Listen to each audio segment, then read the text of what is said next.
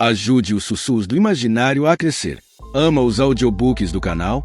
Que tal apoiar esse projeto e ajudar a trazer ainda mais histórias incríveis para todos? Contribua com qualquer valor via Pix. Escaneie o QR Code na tela e faça parte dessa jornada literária. Seu apoio nos ajuda a produzir mais e melhor. Cada contribuição mantém viva a magia das histórias e fortalece essa comunidade de apaixonados por literatura. Muito obrigado pelo seu apoio. Bem-vindo aos Sussurros do Imaginário. Nosso canal é totalmente dedicado a audiobooks, proporcionando uma experiência imersiva para todos os amantes de boas histórias. Aqui, você pode relaxar e deixar sua imaginação fluir enquanto escuta os melhores títulos literários. Dica especial: para uma experiência ainda mais completa, recomendamos que você acompanhe o audiobook com o livro físico ou o e-book. Dessa forma, você poderá desfrutar tanto da narrativa quanto do texto original, unindo os dois mundos. Pedimos desculpas especialmente aos deficientes visuais por quaisquer falhas que possam ocorrer nos audiobooks, como trechos em outras línguas, pequenos erros de narração ou tradução. Isso acontece porque utilizamos narração sintética para manter a produção dos áudios.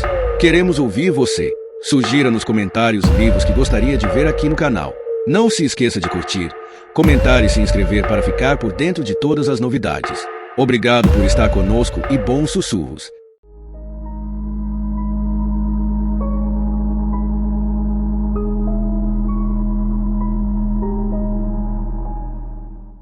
Rastro de Sangue. Um livro escrito por Walter Mead. Prólogo. O assassinato era como mágica, pensou ele. A velocidade da sua mão sempre ludibriava o olho, e continuaria a ser assim. Ele era como o carteiro que faz uma entrega em uma casa na qual, depois, jurariam jamais ter recebido qualquer visitante. Esse conhecimento estava alojado em seu interior como um marca-passo em um paciente cardíaco. Sem o poder da sua mágica, ele estaria morto. Ou quase. Só de olhá-la, sabia que ela seria a próxima. Mesmo antes do contato visual, ele sabia. Sempre havia uma associação específica perfeita no seu vocabulário de sentidos. Inocência, maturidade, cabelo castanho escuro, olhos que dançavam. Até então nunca tinha errado. Era um instinto que o mantinha vivo. Ou quase. Ele observá-lo e, sob o insistente murmúrio da multidão, escutou ecoar na sua cabeça a música. Jack e Jill subiam a montanha para buscar um balde d'água. Jack caiu. Quebrou a cabeça. A harmoniosa canção cresceu e explodiu, espancando seu cérebro como uma maré de cisígia contra o quebra-mar. E Jill? E quanto a Jill? Ele sabia o que tinha acontecido com Jill. Várias e várias vezes, repetidamente como os bárbaros versinhos infantis. Mas não era suficiente. Ele não estava satisfeito. Achava que o castigo não era compatível com o crime cometido. Por isso deveria haver mais um. E ali estava ele, vendo como ela observava mandar mensagens com os olhos. Mensagens que diziam: eu te notei. Dê um jeito de chegar até mim que vou te notar um pouco mais. Ela o compreendeu. Compreendeu-o perfeitamente. Era tão óbvia. A vida ainda não tinha marcado suas expectativas com interferências. Um desajeitado sorriso de compreensão se formou no canto da sua boca, e ela deu o primeiro passo na longa, para ele, excitante jornada de exploração e dor. A dor, até onde sabia, não era a única necessidade, mas sem dúvida era uma delas. Ela começou a caminhar em direção a ele. O caminhar variava, ele percebera.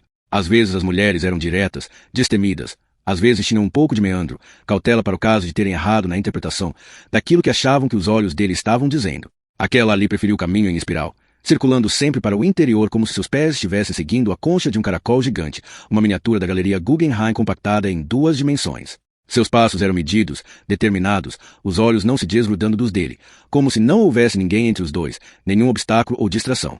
Mesmo quando ela estava às suas costas, ele conseguia sentir o olhar dela, que era precisamente como achou que seria. Era uma abordagem que lhe dizia algo sobre aquela pessoa. Ela queria saborear aquele encontro. Queria vê-lo de todos os ângulos possíveis, registrando eternamente na memória, porque achava que aquela seria a única chance para um escrutínio tão detalhado. Se alguém a tivesse contado que o futuro realmente lhe guardava, estremeceria a ponto de desmaiar. Por fim, sua órbita decrescente levou a dele. Apenas o círculo imediato de admiradores entre eles, 1 ou 2 pessoas o separando. Capturou os olhos dela, injetou charme na maneira como a encarou, com um educado aceno de cabeça para aqueles ao seu lado, deu um passo na sua direção. Os corpos se separaram obedientemente e ele disse, com licença, encantado em conhecê-la. Uma incerteza esvoaçou pelo rosto da menina. Deveria se movimentar como os outros ou ficar no âmbito daquele olhar hipnotizante. Não era uma competição. Nunca era. A menina estava fascinada. A realidade daquela noite superava todas as suas fantasias. Oi, cumprimentou ele. Qual é o seu nome? Momentaneamente sem fala por nunca ter ficado tão próxima de uma celebridade, estava deslumbrada por aquele espetacular sorriso, todinho para ela. Nossa, que dentões você tem, pensou ele. São para te morder melhor. Dona, gaguejou ela. Dona Doyle. É um nome bonito, elogiou gentilmente. O sorriso que ele ganhou em resposta era tão brilhante quanto o dele. Às vezes, aquilo tudo parecia fácil demais. As pessoas escutavam o que queriam escutar, especialmente quando o que ouviam parecia ser um sonho se tornando realidade. Total suspensão de descrença. Era isso que conseguia toda vez. Elas iam a esses eventos querendo que Jaco Vance e todos conectados ao grande homem fossem exatamente como que viam na TV. Por associação, qualquer um que fizesse parte da comitiva das celebridades possuía o mesmo brilho dourado. As pessoas estavam tão acostumadas com a sinceridade de Vance, tão familiarizadas com a sua probidade pública que nunca lhes passava pela cabeça desconfiada a armadilha. Porque deveriam, já que Vance tinha uma imagem popular que fazia o bom rei Venceslau parecer os Croage. Otários escutavam o que dizia e ouviam João e o pé de feijão, da sementinha que Vance e seus subordinados plantavam. Imaginavam o desabrochar da flor burguesa que era a vida no topo da árvore bem ao lado dele. Nesse aspecto, Dona Dolly era igualzinha a todas as outras. Era como se a jovem estivesse trabalhando em um roteiro que ele escrevera para ela. Levou-a estrategicamente para um canto e fez um movimento que deu a entender que lhe entregaria uma foto autografada de Vance, a superestrela. Então, encarou-a novamente com uma naturalidade tão primorosa que poderia ser parte do repertório de Diniro. Meu Deus, sussurrou ele. É claro, é claro. A exclamação era o equivalente verbal de uma batida na testa com a palma da mão. Ao esticar o braço para pegar o que estava muito próximo de lhe ser oferecido, seus dedos ficaram a centímetros dos dele e ela, sem entender, franziu as sobrancelhas e perguntou: O quê? Ele curvou os lábios para baixo, demonstrando ter desistido do que havia pensado e respondeu: Esquece. Desculpa. Tenho certeza que você tem planos muito mais interessantes para o seu futuro do que qualquer coisa que nós, apresentadores de programas, possamos sugerir. A primeira vez que usou essa fala, com as mãos suando, o sangue pulsando nos seus ouvidos, achou que era tão piegas que não enganaria nem um bêbado em coma alcoólico. Mas estava certo de ter confiado em seus instintos, mesmo que eles o levassem pelo caminho da breguice criminal. Essa menina, assim como a primeira, entendeu instantaneamente que algo estava sendo oferecido a ela, e não às outras pessoas insignificantes com quem estivera conversando mais cedo. O que quer dizer? Perguntou sem ar, hesitante, não querendo admitir que poderia ter entendido errado e que se preparava para o quente rubor da vergonha que viria à tona pelo equívoco. Ele deu de ombros a maneira mais débil possível, de uma forma que o movimento dificilmente perturbaria o impecável caimento do seu terno. Esquece, disse ele, abanando a cabeça de maneira quase imperceptível. Havia um desapontamento no triste olhar que lançou para ela, e seu sorriso reluzente tinha desaparecido. Não, me conta. Agora havia uma pontinha de desespero, porque todo mundo queria ser uma estrela, independentemente do que falassem. Ele realmente arrancaria dela aquele quase vislumbrado voo no tapete mágico capaz de alçá-la para fora da sua vida desprezível e levá-la até o mundo dele. Depois de uma rápida olhada para os dois lados, certificando-se de que ninguém o ouviria, soltou sua voz macia e intensa. Estamos trabalhando em um projeto novo. Você tem o visual certo. Seria perfeita. Assim que te vi direito, soube que era você. Sorriu, pesaroso. Agora pelo menos tenho a sua imagem para carregar na cabeça, enquanto entrevisto centenas de esperançosas que os agentes nos mandam. Talvez a gente tenha sorte. Sua voz desvaneceu. Os olhos marejaram, desolados como de um cão sem dono. Eu não poderia. Quer dizer, é. A esperança iluminou o rosto de Dona. Depois, surpresa com o atrevimento, ficou desapontada. Travou e não disse outra palavra. Ele abriu um sorriso indulgente. Um adulto o teria identificado como condescendente, mas ela era jovem demais para perceber o tom paternalista. Acho que não. Seria assumir um risco enorme. Um projeto desses, numa fase tão delicada, uma palavrinha no ouvido errado poderia arruiná-lo comercialmente. E você não tem nenhuma experiência profissional. Tem? Essa provocadora espiada naquilo que poderia ser seu futuro, destampou um vulcão de turbulenta esperança e as palavras trombavam umas nas outras como rochas no fluxo da lava. Prêmio de karaokê no clube de jovens, uma ótima dançarina de acordo com todo mundo, no colégio interpretou a ama em Romeu e Julieta. Ele imaginara que as escolas tinham criado mais juízo e parado de agitar as tumultuosas águas do desejo adolescente com um drama excitante como aquele, mas estava errado. Eles não aprendiam, os professores, bem como seus pupilos. Crianças podiam assimilar as causas da Primeira Guerra Mundial, mas não entendiam que clichês eram criados porque refletiam a realidade. Antes o diabo conhecido. Não aceite doce de estranhos. Advertências que nunca devem ter vibrado o tímpano de Dona Dolly, algo muito visível na sua expressão de incontrolável avidez. Ele abriu outro sorrisão e disse: Está bem. Você me convenceu. Ele abaixou a cabeça e capturou o olhar dela. Sua voz se tornará conspiradora. Mas consegue manter segredo? Dona assentiu com a cabeça como se sua vida dependesse disso. Ela não tinha como saber que realmente dependia. Consigo. Sim, respondeu, os olhos azuis cintilando, os lábios separados e a linguinha rosa bruxuleando entre eles. Ele sabia que a boca dela estava ficando seca. Sabia também que o fenômeno contrário estava acontecendo em outras partes do seu corpo. Ele lançou um olhar ponderado e calculado, uma óbvia avaliação que ela recebeu com apreensão e desejo, que se misturavam como gelo e uísque. Estou pensando, disse ele, com uma voz que era quase um sussurro. Pode se encontrar comigo amanhã de manhã, às 9 horas? Ela franziu as sobrancelhas momentaneamente, depois seu rosto se iluminou, e os olhos se encheram de determinação. Posso, disse ela, pois faltar aula era irrelevante. Posso, sim. Onde? Conhece o Plaza Hotel? Ele tinha que se apressar. As pessoas começavam a se mover em direção a ele, desesperadas para recrutarem a influência dele para suas causas. Ela sentiu. Eles têm um estacionamento subterrâneo. Você entra lá pela Beamish Street. Vou te esperar no nível 2. E nenhuma palavra com ninguém, ok? Nem com sua mãe, nem com seu pai, nem com sua melhor amiga, nem mesmo com o cachorro. Ela deu uma risadinha. Consegue fazer isso? Indagou ele, encarando-a com aquele olhar curiosamente íntimo de profissional de TV, aquele que convence os mentalmente perturbados de que os apresentadores de programas estão apaixonados por eles. Nível 2, 9 horas, confirmou Donna, determinada a não estragar a única chance de escapar da rotina monótona. Ela nunca poderia ter imaginado que, no final da semana, estaria chorando e gritando e implorando por monotonia. Estaria desejando vender o que restava da sua imortal alma por monotonia. E, mesmo que alguém lhe tivesse dito isso naquele momento, não teria compreendido. Ali, o deslumbramento e o sonho do que podia oferecer eram tudo que restava. Qual perspectiva poderia ser melhor? Nenhuma palavra. Promete? Prometo, disse ela solenemente. Não conto para ninguém, nem morta.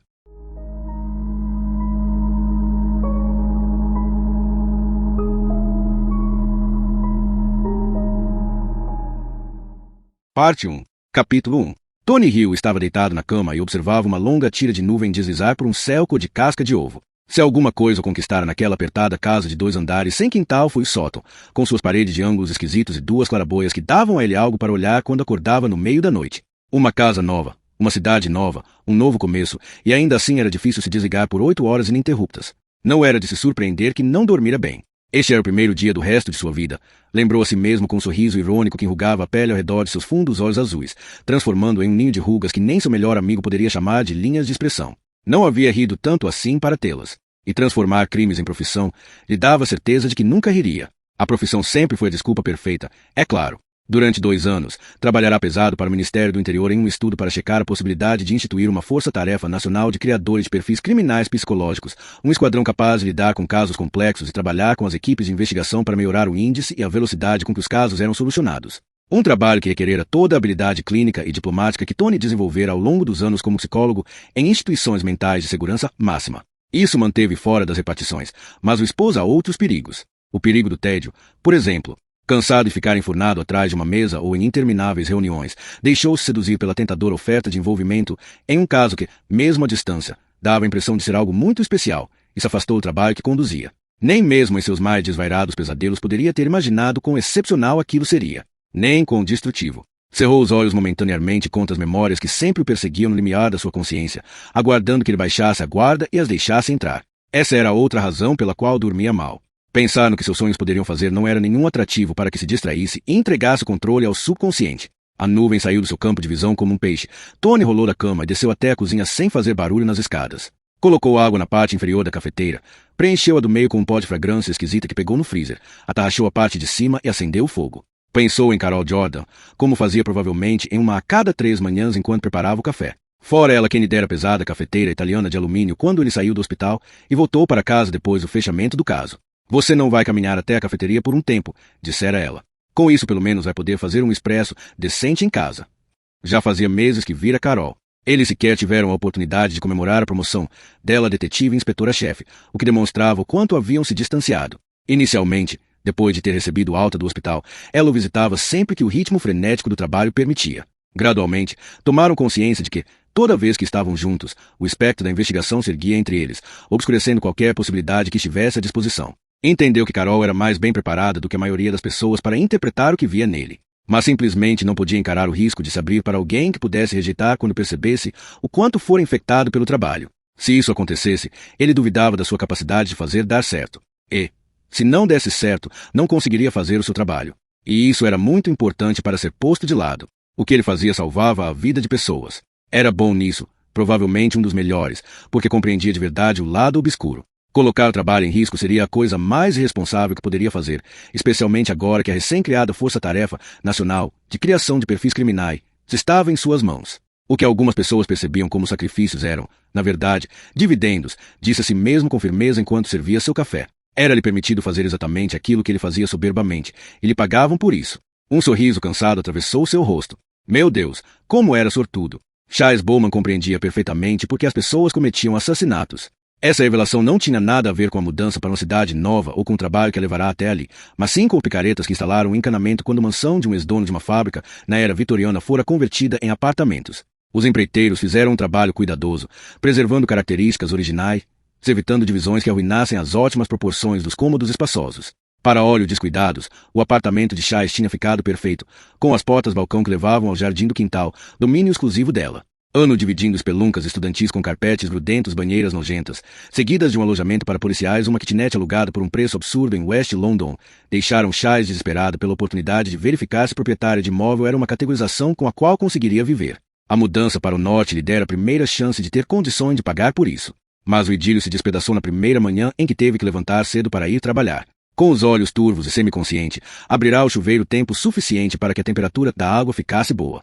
Entrou debaixo da poderosa ducha, levantando as mãos sobre a cabeça num gesto estranhamente respeitoso.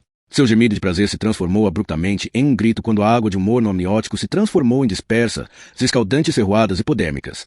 Atirou-se para fora do boxe, torcendo o joelho ao escorregar no chão do banheiro, xingando com a fluência adquirida em seus 3 anos na Polícia Metropolitana de Londres. Sem mais palavras, olhou para a nuvem de vapor no canto do banheiro onde estivera momentos antes.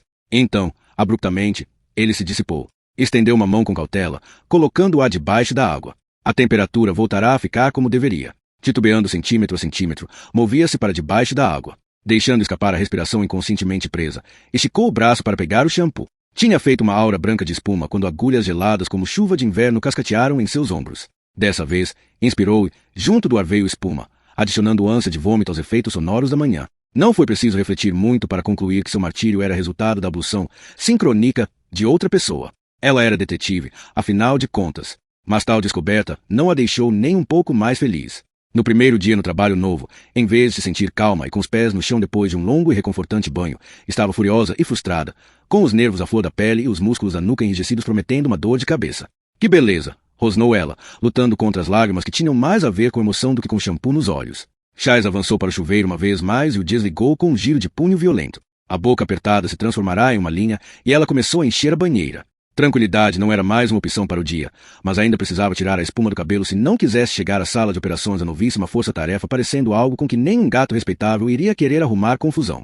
Já seria intimidador o bastante sem ter que preocupar com seu visual. Enquanto se agachava na banheira e mergulhava a cabeça na água, tentava restaurar o entusiasmo da expectativa. Você tem sorte de estar aqui, garota, afirmou para si mesma. Aquele monte de idiota se candidatou e você não precisou nem preencher o formulário para ser escolhida. Escolhida a dedo, elite. Fez todo aquele trabalho de merda valer a pena, todos aqueles sapos engolidos. Todos aqueles escrotos que viviam na cantina não vão a lugar nenhum tão cedo. São eles que vão ter que engolir merda agora. Não são como você, detetive Chaz Bowman. Policial Bowman, da Força-Tarefa Nacional de Criação de Perfis. Como se isso não fosse o bastante, ela trabalharia ao lado do renomado mestre da combinação arcana entre instinto e experiência, o Dr. Tony Hill, com graduação pela Universidade de Londres e doutorado em Oxford, o maior criador de perfis criminas e autor do manual definitivo sobre serial killers. Se Chaz fosse uma mulher dada a venerar heróis, Tony Hill seria um dos primeiros da sua lista. Estaria lá no alto, junto ao panteão dos seus deuses pessoais. De certo modo, foi pela oportunidade de explorar os conhecimentos dele e aprender seus artifícios que ela alegremente se sacrificou. Contudo, ela não tivera que abrir mão de nada. A oportunidade simplesmente caíra no seu colo. Enquanto enxugava seu curto cabelo escuro, avaliou a chance única que estava à sua frente, o que amansou sua raiva, mas não seus nervos. Chaz se esforçou para se concentrar no dia que teria pela frente.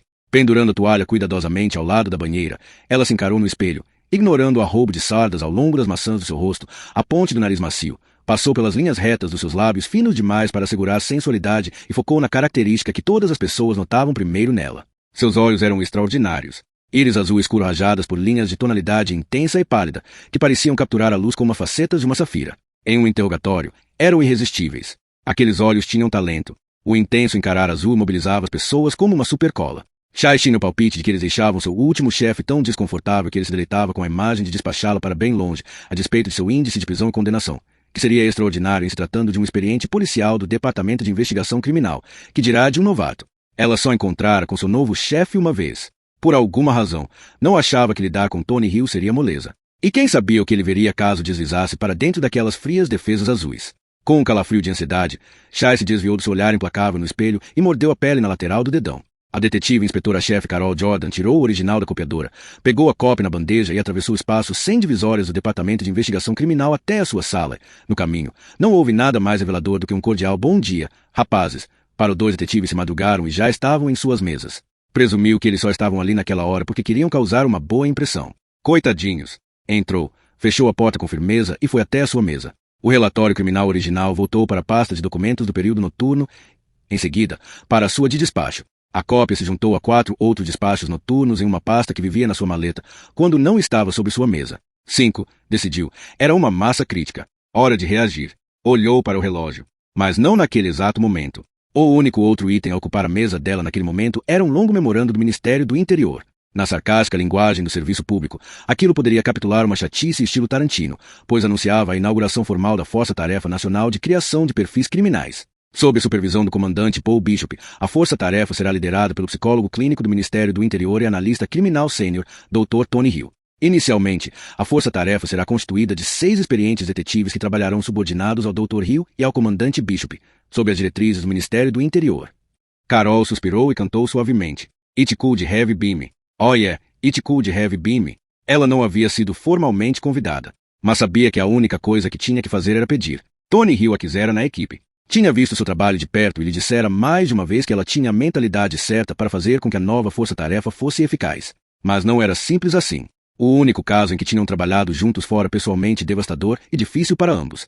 E seus sentimentos por Tony Hill ainda eram muito complicados para ela apreciar a possibilidade de ser o braço direito dele em outros casos que poderiam se tornar tão desgastantes emocionalmente e desafiadores do ponto de vista intelectual quanto a primeira batalha deles. Contudo, ficará tentada. Depois outra coisa surgiu. Uma promoção precoce em uma força recém-criada não era uma oportunidade que ela achava que podia se dar ao luxo de perder. A ironia era que essa chance emergira da mesma caçada ao serial killer. John Brandon fora o chefe de polícia assistente em Bradfield, que teve a coragem de convocar Tony Hill e de designar Carol como policial de ligação. Quando foi promovido a chefe de polícia da nova força, ele a quis a bordo. O timing dele não poderia ter sido melhor, ela pensou, e sentiu, contra sua vontade, uma leve pontada de pesar. Levantou-se e deu os 3 passos necessários para atravessar sua sala e olhar para as docas lá embaixo, onde as pessoas se moviam com determinação, fazendo ela não sabia o que. Carol aprenderá o serviço primeiro com a Polícia Metropolitana em Londres, depois com a Polícia Metropolitana de Bradfield, ambas os leviatãs alimentados pela perpétua onda de adrenalina gerada pela criminalidade dos centros urbanos. Mas agora estava fora, na ponta da Inglaterra, na polícia de Yorkshire onde, como seu irmão Michael zombou, o acrônimo da força era quase idêntico ao cumprimento tradicional do caipira de Yorkshire, EAP. Ali, o trabalho do detetive inspetor-chefe não envolvia fazer malabarismos em inquéritos sobre assassinatos, passar correndo de carro por tiroteios, guerras de gangues, roubos à mão armada ou tráfico de drogas à pesada. Nas cidadezinhas e vilas de East Yorkshire, o crime não era escasso, mas eram delitos menores. Seus inspetores e sargentos eram mais do que capazes de lidar com eles, mesmo nas pequenas cidades de Hull e Trascan e no porto do mar do norte de Seaford, onde ela estava sediada. Seus subordinados não a queriam na cola deles. Afinal de contas, o que uma garota da cidade sabia sobre roubo de ovelhas? Ou de falsificação de notas de embarque de carga? Além disso, todos sabiam perfeitamente que, quando a nova detetive inspetora-chefe aparecia nas ações de campo, não estava interessada em descobrir o que acontecia, mas se queria sacar quem realmente dava conta do recado, quem ficava encenando, quem gostava de tomar uma durante o expediente, quem curtia tirar um por fora. E estavam certos. Estava demorando mais tempo do que ela tinha previsto, mas gradualmente montava um painel que mostrava como era sua equipe e quem era capaz de fazer o quê. Carol suspirou novamente e bagunçou, com os dedos de uma das mãos, ainda mais o já despenteado cabelo louro. Era uma tarefa árdua, sobretudo porque a maioria dos homens rudes de Yorkshire com quem trabalhava estavam lutando contra o condicionamento de uma vida inteira ao levar a sério um chefe do sexo feminino. Não era a primeira vez que ela se perguntava se a ambição a tinha empurrado para um erro drástico e levado sua próspera carreira a um beco sem saída. Deu de ombros e se afastou da janela, depois tirou novamente a pasta da sua maleta.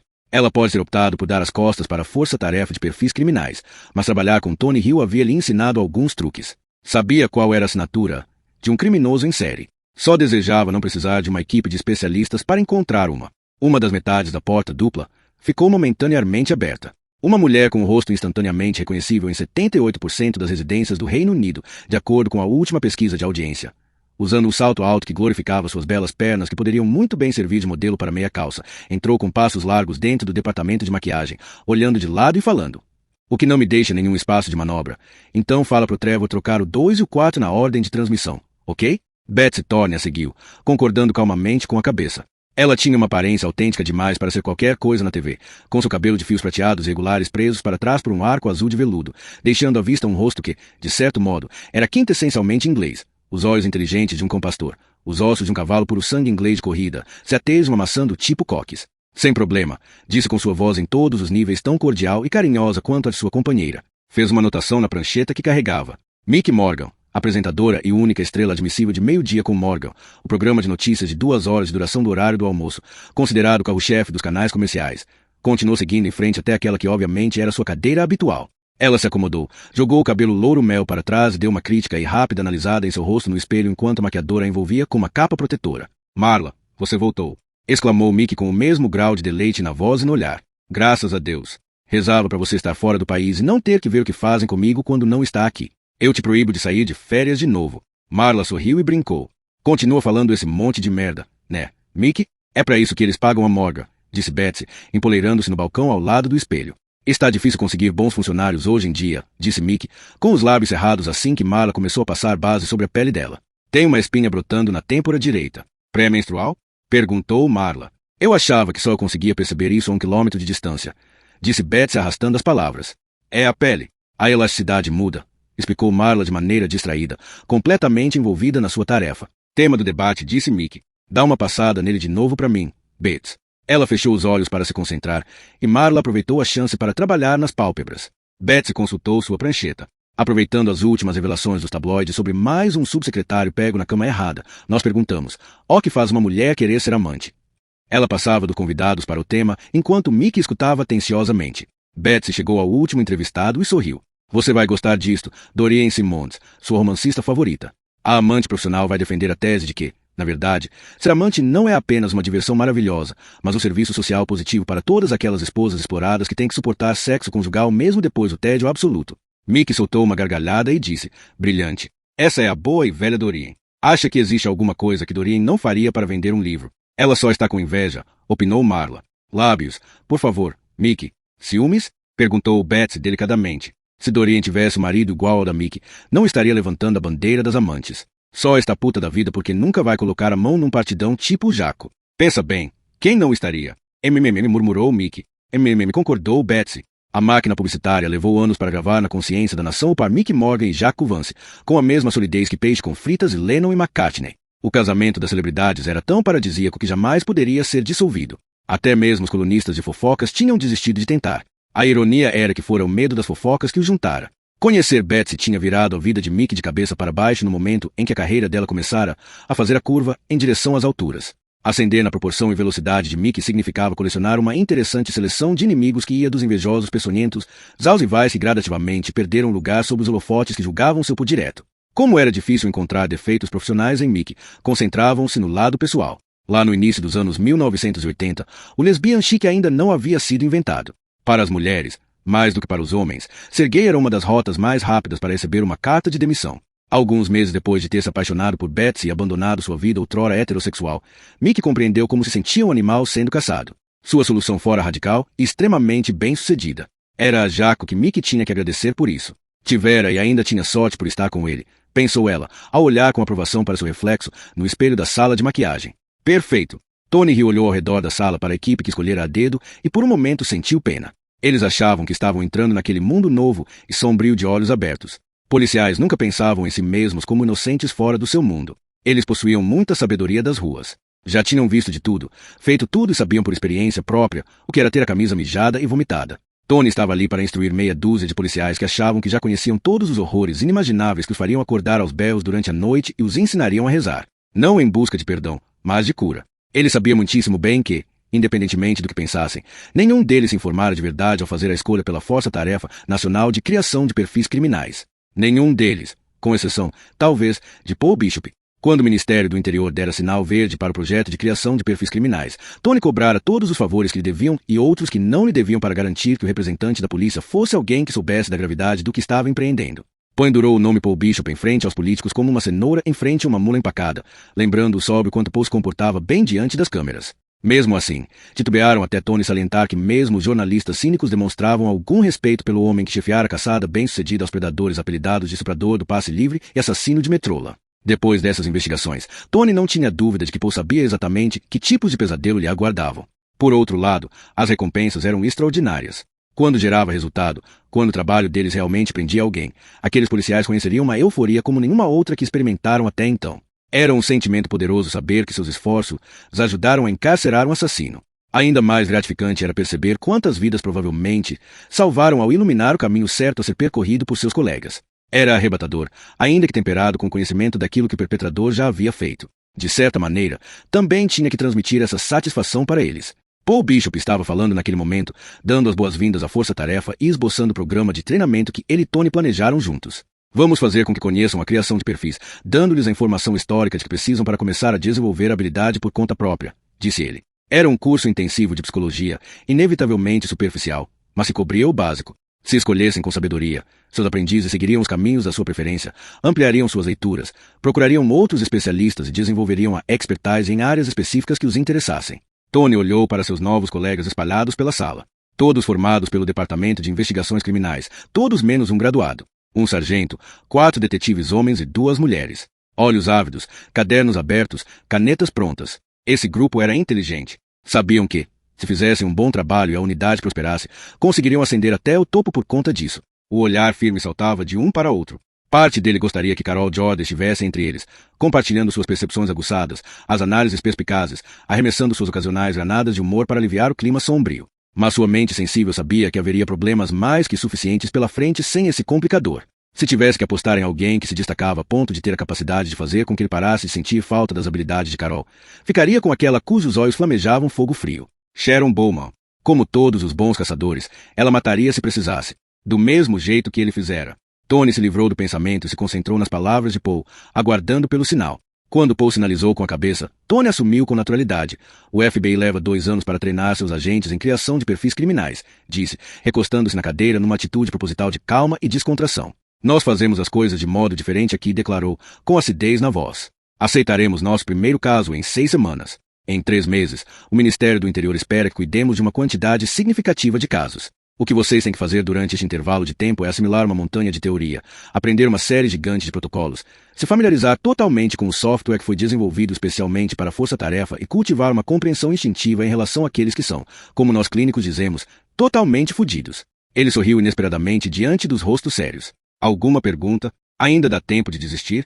Os olhos elétricos de Bowman faiscavam o humor que faltava a seu tom inexpressivo. As únicas dispensas que aceitam são as certificadas pelo patologista.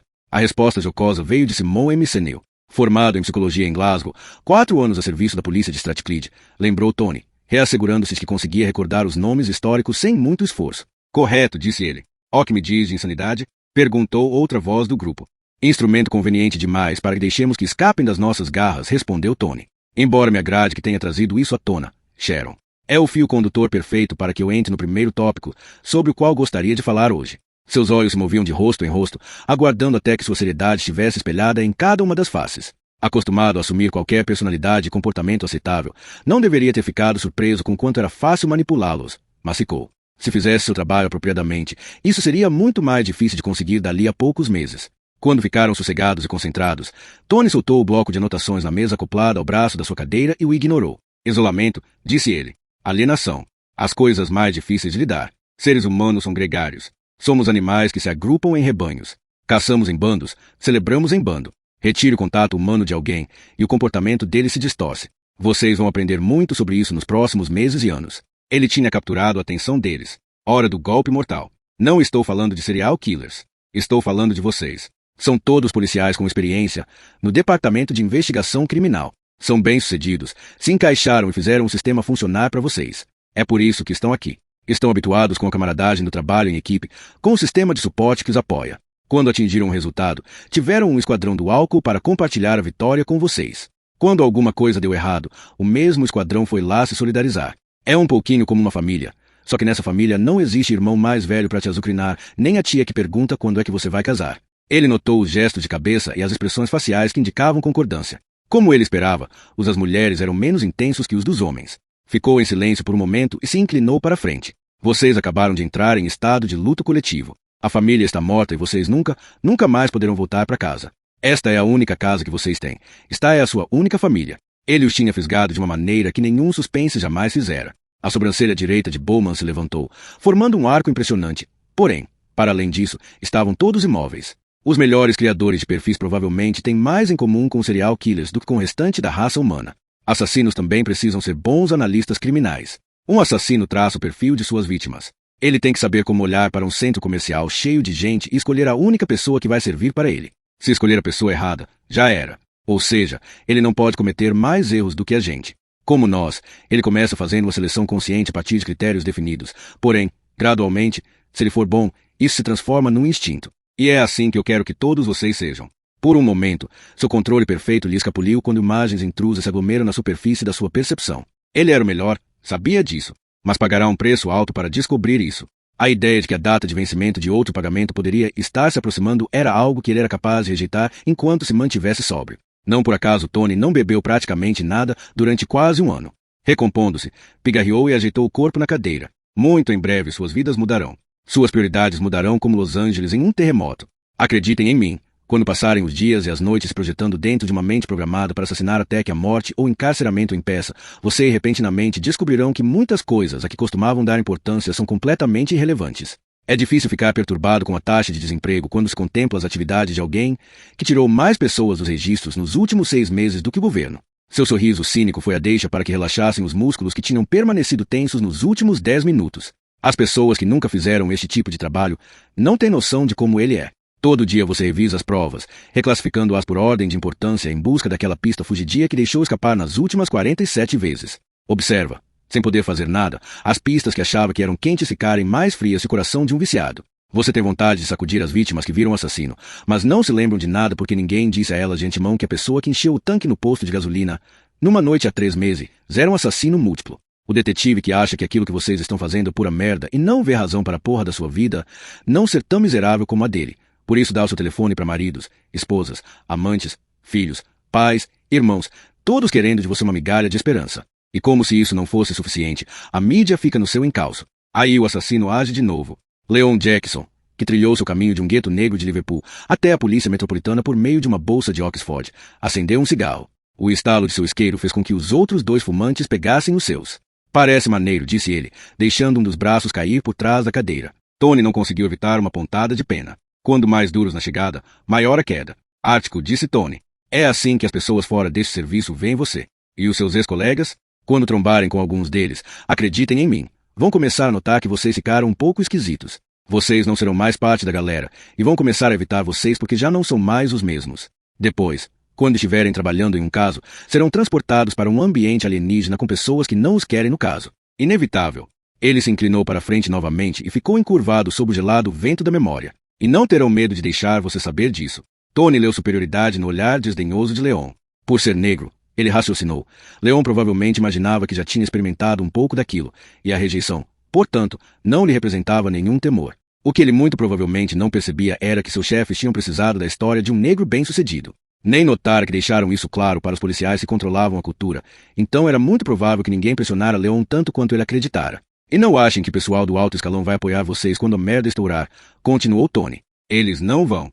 Vão amar vocês durante uns 2 dias. Depois, quando não tiverem acabado com a dor de cabeça deles, vão começar a odiá-los. Quanto mais demorar para resolver os crimes, pior fica. Os outros detetives os evitam porque vocês têm uma doença contagiosa chamada fracasso. A verdade pode estar lá fora, mas vocês não foram capazes de encontrá-la, até que a encontrem, não passam de leprosos. E, por sinal, acrescentou ele, quase como se uma ideia tivesse acabado de surgir, quando finalmente pegarem o desgraçado graças ao seu trabalho pesado, não vão sequer convidá-los para a festa. O silêncio era tão intenso que Tony conseguia escutar o barulhinho do tabaco queimando enquanto Leon tragava. Ele se levantou e tirou da testa o cabelo preto ondulado. Vocês talvez achem que estou exagerando. Acreditem em mim, não contei nem um décimo sobre quanto este serviço vai fazer com que se sintam mal. Se não acreditam que é para vocês, se estão em dúvida sobre a decisão que tomaram, a hora de ir embora é agora. Ninguém reprovará vocês. Onde não há culpa, não há vergonha. É só dar uma palavrinha com o comandante Bishop. Ele olhou para o relógio. Coffee break. 10 minutos. Pegou sua pasta e, de propósito, não olhou para eles enquanto empurravam cadeiras, seguiam desanimadamente até a porta e a área do café na maior das 3 salas que lhes haviam sido cedidas, a contragosto, por uma força policial carente de acomodações para seu próprio pessoal. Quando, por fim, levantou o olhar, Charles Bowman estava de pé encostado na parede ao lado da porta, aguardando. Pensando melhor, Sharon? Perguntou ele. Odeio que me chamem de Sharon, retorquiu ela. As pessoas que querem uma resposta preferem chás. Só queria dizer que não são só os criadores de perfis que são tratados como bosta. Nada do que você acabou de falar parece pior do que aquilo com que as mulheres têm que lidar neste trabalho. Foi o que me disseram, concordou Tony, pensando inevitavelmente em Carol Jordan. Se isso é verdade, vocês terão uma vantagem inicial neste jogo. Chás abriu um sorriso e desencostou da parede, satisfeita. É só você ficar de olho, disse ela, dando meia volta e passando pela porta com tanta flexibilidade quanto a de um gato selvagem. Jaco Vance se inclinou sobre a mesa frágil e franziu a testa. Apontou para a agenda de mesa. Você viu, Bill? Já me colocaram para correr a meia maratona no sábado. E, depois disso, vou filmar na segunda e na terça, vou cobrir a inauguração de uma boate em Lincoln na terça à noite. Você, a propósito, vai estar lá também, não vai? Bill confirmou com um gesto de cabeça e Jaco continuou. Tenho uma reunião atrás da outra na quarta-feira e terei que voltar dirigindo para Northumberland por causa do trabalho voluntário. Simplesmente não sei como podemos encaixá-lo. Jogou-se, suspirando, de costas no desconfortável sofá de tweed listrado do trailer da produção. Essa é a questão, Jaco, disse, com calma, o seu produtor, misturando leite desnatado em 2 cafés que fazia na área da cozinha.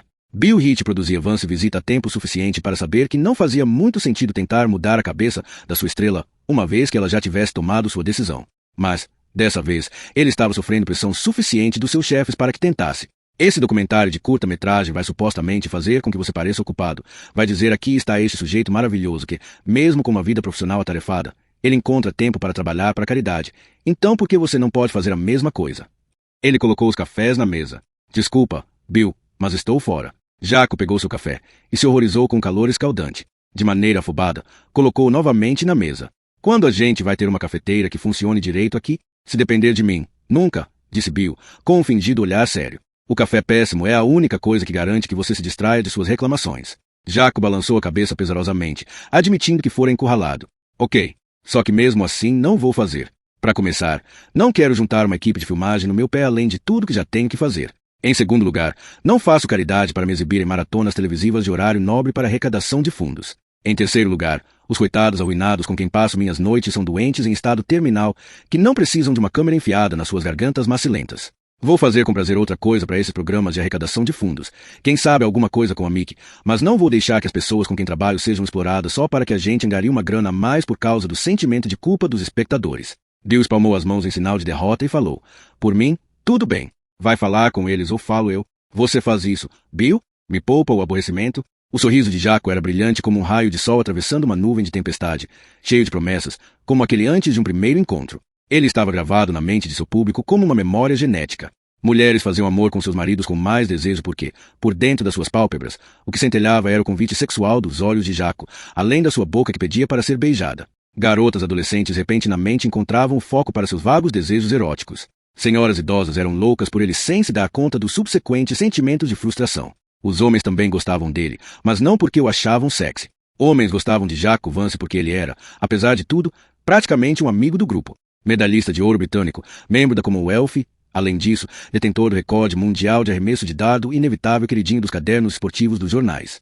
Então, numa noite, voltando de um treino de atletismo em Gatechar, entrou com o carro em um denso nevoeiro na rodovia A1. Não foi o único. Jornais matinais relataram um número entre 27 e 35 veículos envolvidos no engavetamento. A história em destaque, entretanto, não era dos 6 mortos. O grande destaque foi para o trágico heroísmo de Jaco Vance, o garoto de ouro inglês. Apesar das lacerações múltiplas de ter quebrado 3 costelas no impacto inicial, Jaco saiu engatinhando de seu automóvel destroçado e resgatou 2 crianças da parte de trás de um carro segundos antes de ele se incendiar. Depois de colocá-las no acostamento, voltou até o amontoado de metal retorcido e tentou libertar um caminhoneiro preso entre o volante e a porta amassada da cabine. O rende do metal tensionado se transformou em um berro quando a pressão acumulada aumentou sobre o caminhoneiro e o teto desmoronou. O motorista não teve chance de escapar, nem o braço que Jaco Vance usava para arremessar. O bombeiro levou 3 agônicas horas para libertá-lo do peso esmagador do metal, que reduziu seu tecido muscular a carne crua e seus ossos a estilhaços. Pior, Vance estava consciente durante a maior parte do tempo. Atletas treinados eram especialistas em lidar com a barreira imposta pela dor. A notícia sobre a medalha George Cross chegou um dia depois dos médicos encaixarem sua primeira prótese. Uma pequena compensação pela perda do sonho que havia sido o centro da sua vida por mais de 10 anos. Mas a amargura não obscureceu sua perspicácia natural. Sabia o quanto a mídia podia ser volúvel. Ainda sofria com a memória das manchetes quando arruinou sua primeira tentativa de conquistar o título europeu. Jack, o vacilão, fora a mais gentil punhalada no coração do homem que, no dia anterior, havia sido Jack, nossa grande cartada. Ele sabia que tinha que tirar proveito da sua glória com rapidez ou em breve seria mais um herói esquecido, que rapidamente serviria apenas para matérias do tipo por onde eles andam. Então cobrou alguns favores, renovou seu contato com Bill Heath e acabou como comentarista das Olimpíadas. Zeng deveria estar subindo no pódio. Fora um começo. Simultaneamente, esforçou-se para consolidar sua reputação como sujeito que trabalhava incansavelmente para a caridade, um homem que jamais deixaria sua fama interferir na ajuda que fornecia aos menos afortunados. Agora, era maior do que todos os idiotas que se dispuseram com tanto afinco a derrubá-lo. Com seu charme e lábia, abriu caminho até o topo do ranking dos apresentadores esportivos, colocando em prática uma operação que consistia em derrubar e queimar, alicerçada em uma malícia tão brutal que algumas das vítimas ainda não se deram conta de que tinham sido prejudicadas. Assim que consolidara esse papel, apresentou um programa de entrevistas que ficou no topo do índice de audiência do entretenimento light durante 3 anos. Quando, no 4º ano, caiu para o 3º lugar, livrou-se do formato e lançou Vance Visita. Programa esse que alegava ser espontâneo. Na verdade, a chegada de Jaco no meio do que sua publicidade chamava de pessoas comuns vivendo vidas comuns era invariavelmente orquestrado com todo o planejamento que antecede uma visita da realeza, porém sem nenhuma daquela publicidade que a acompanha. Caso contrário, ele atrairia multidões maiores do que qualquer um dos desacreditados da casa de Windsor, especialmente se aparecesse com a esposa. E ainda não era o suficiente. Carol comprou os cafés. Era um privilégio da patente. Decidiu não torrar grana com biscoitos de chocolate, confiando no fato de que ninguém precisava de 3 Kit Kats para enfrentar uma reunião com o seu detetive inspetor-chefe. Mas sabia que seria mal interpretada, então sorriu e assumiu a despesa. Levou a tropa que escolhera com cautela para um canto tranquilo separado do resto da cantina ao lado de uma fileira de palmeiras de plástico. O sargento Tommy Taylor, o detetive Livid Pread e a detetive J. Archer haviam impressionado pela inteligência e determinação. O futuro podia lhe mostrar que estava errada, mas esses 3 policiais eram a sua aposta pessoal para a central de Seafor do Departamento de Investigação Criminal. Não vou fingir que isso aqui é um bate-papo informal para que a gente se conheça melhor, anunciou ela, distribuindo chocolates. J. Archer a observou com seus olhos que pareciam cerejas em uma torta de Natal e odiou o jeito como sua nova chefe conseguia ficar elegante em um terninho de linho mais amarrotado que roupa de sem-teto, enquanto ela estava horrorosa na sua camisa e jaqueta de loja de departamento perfeitamente bem passadas. Graças a Deus por isso, disse Tommy, abrindo devagar um sorriso malicioso.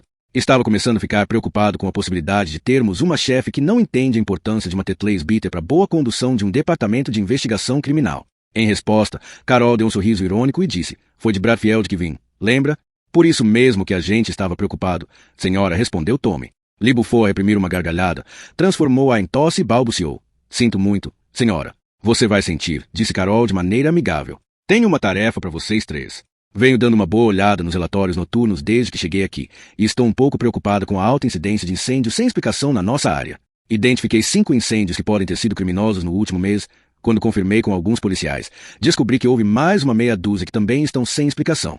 Sempre acontece esse tipo de coisa nas docas, comentou Tommy, levantando despreocupadamente seus ombros grandes cobertos por um blusão largo de seda que saíra de moda alguns anos antes. Percebi isso, mas estou me perguntando se não há alguma coisa além disso.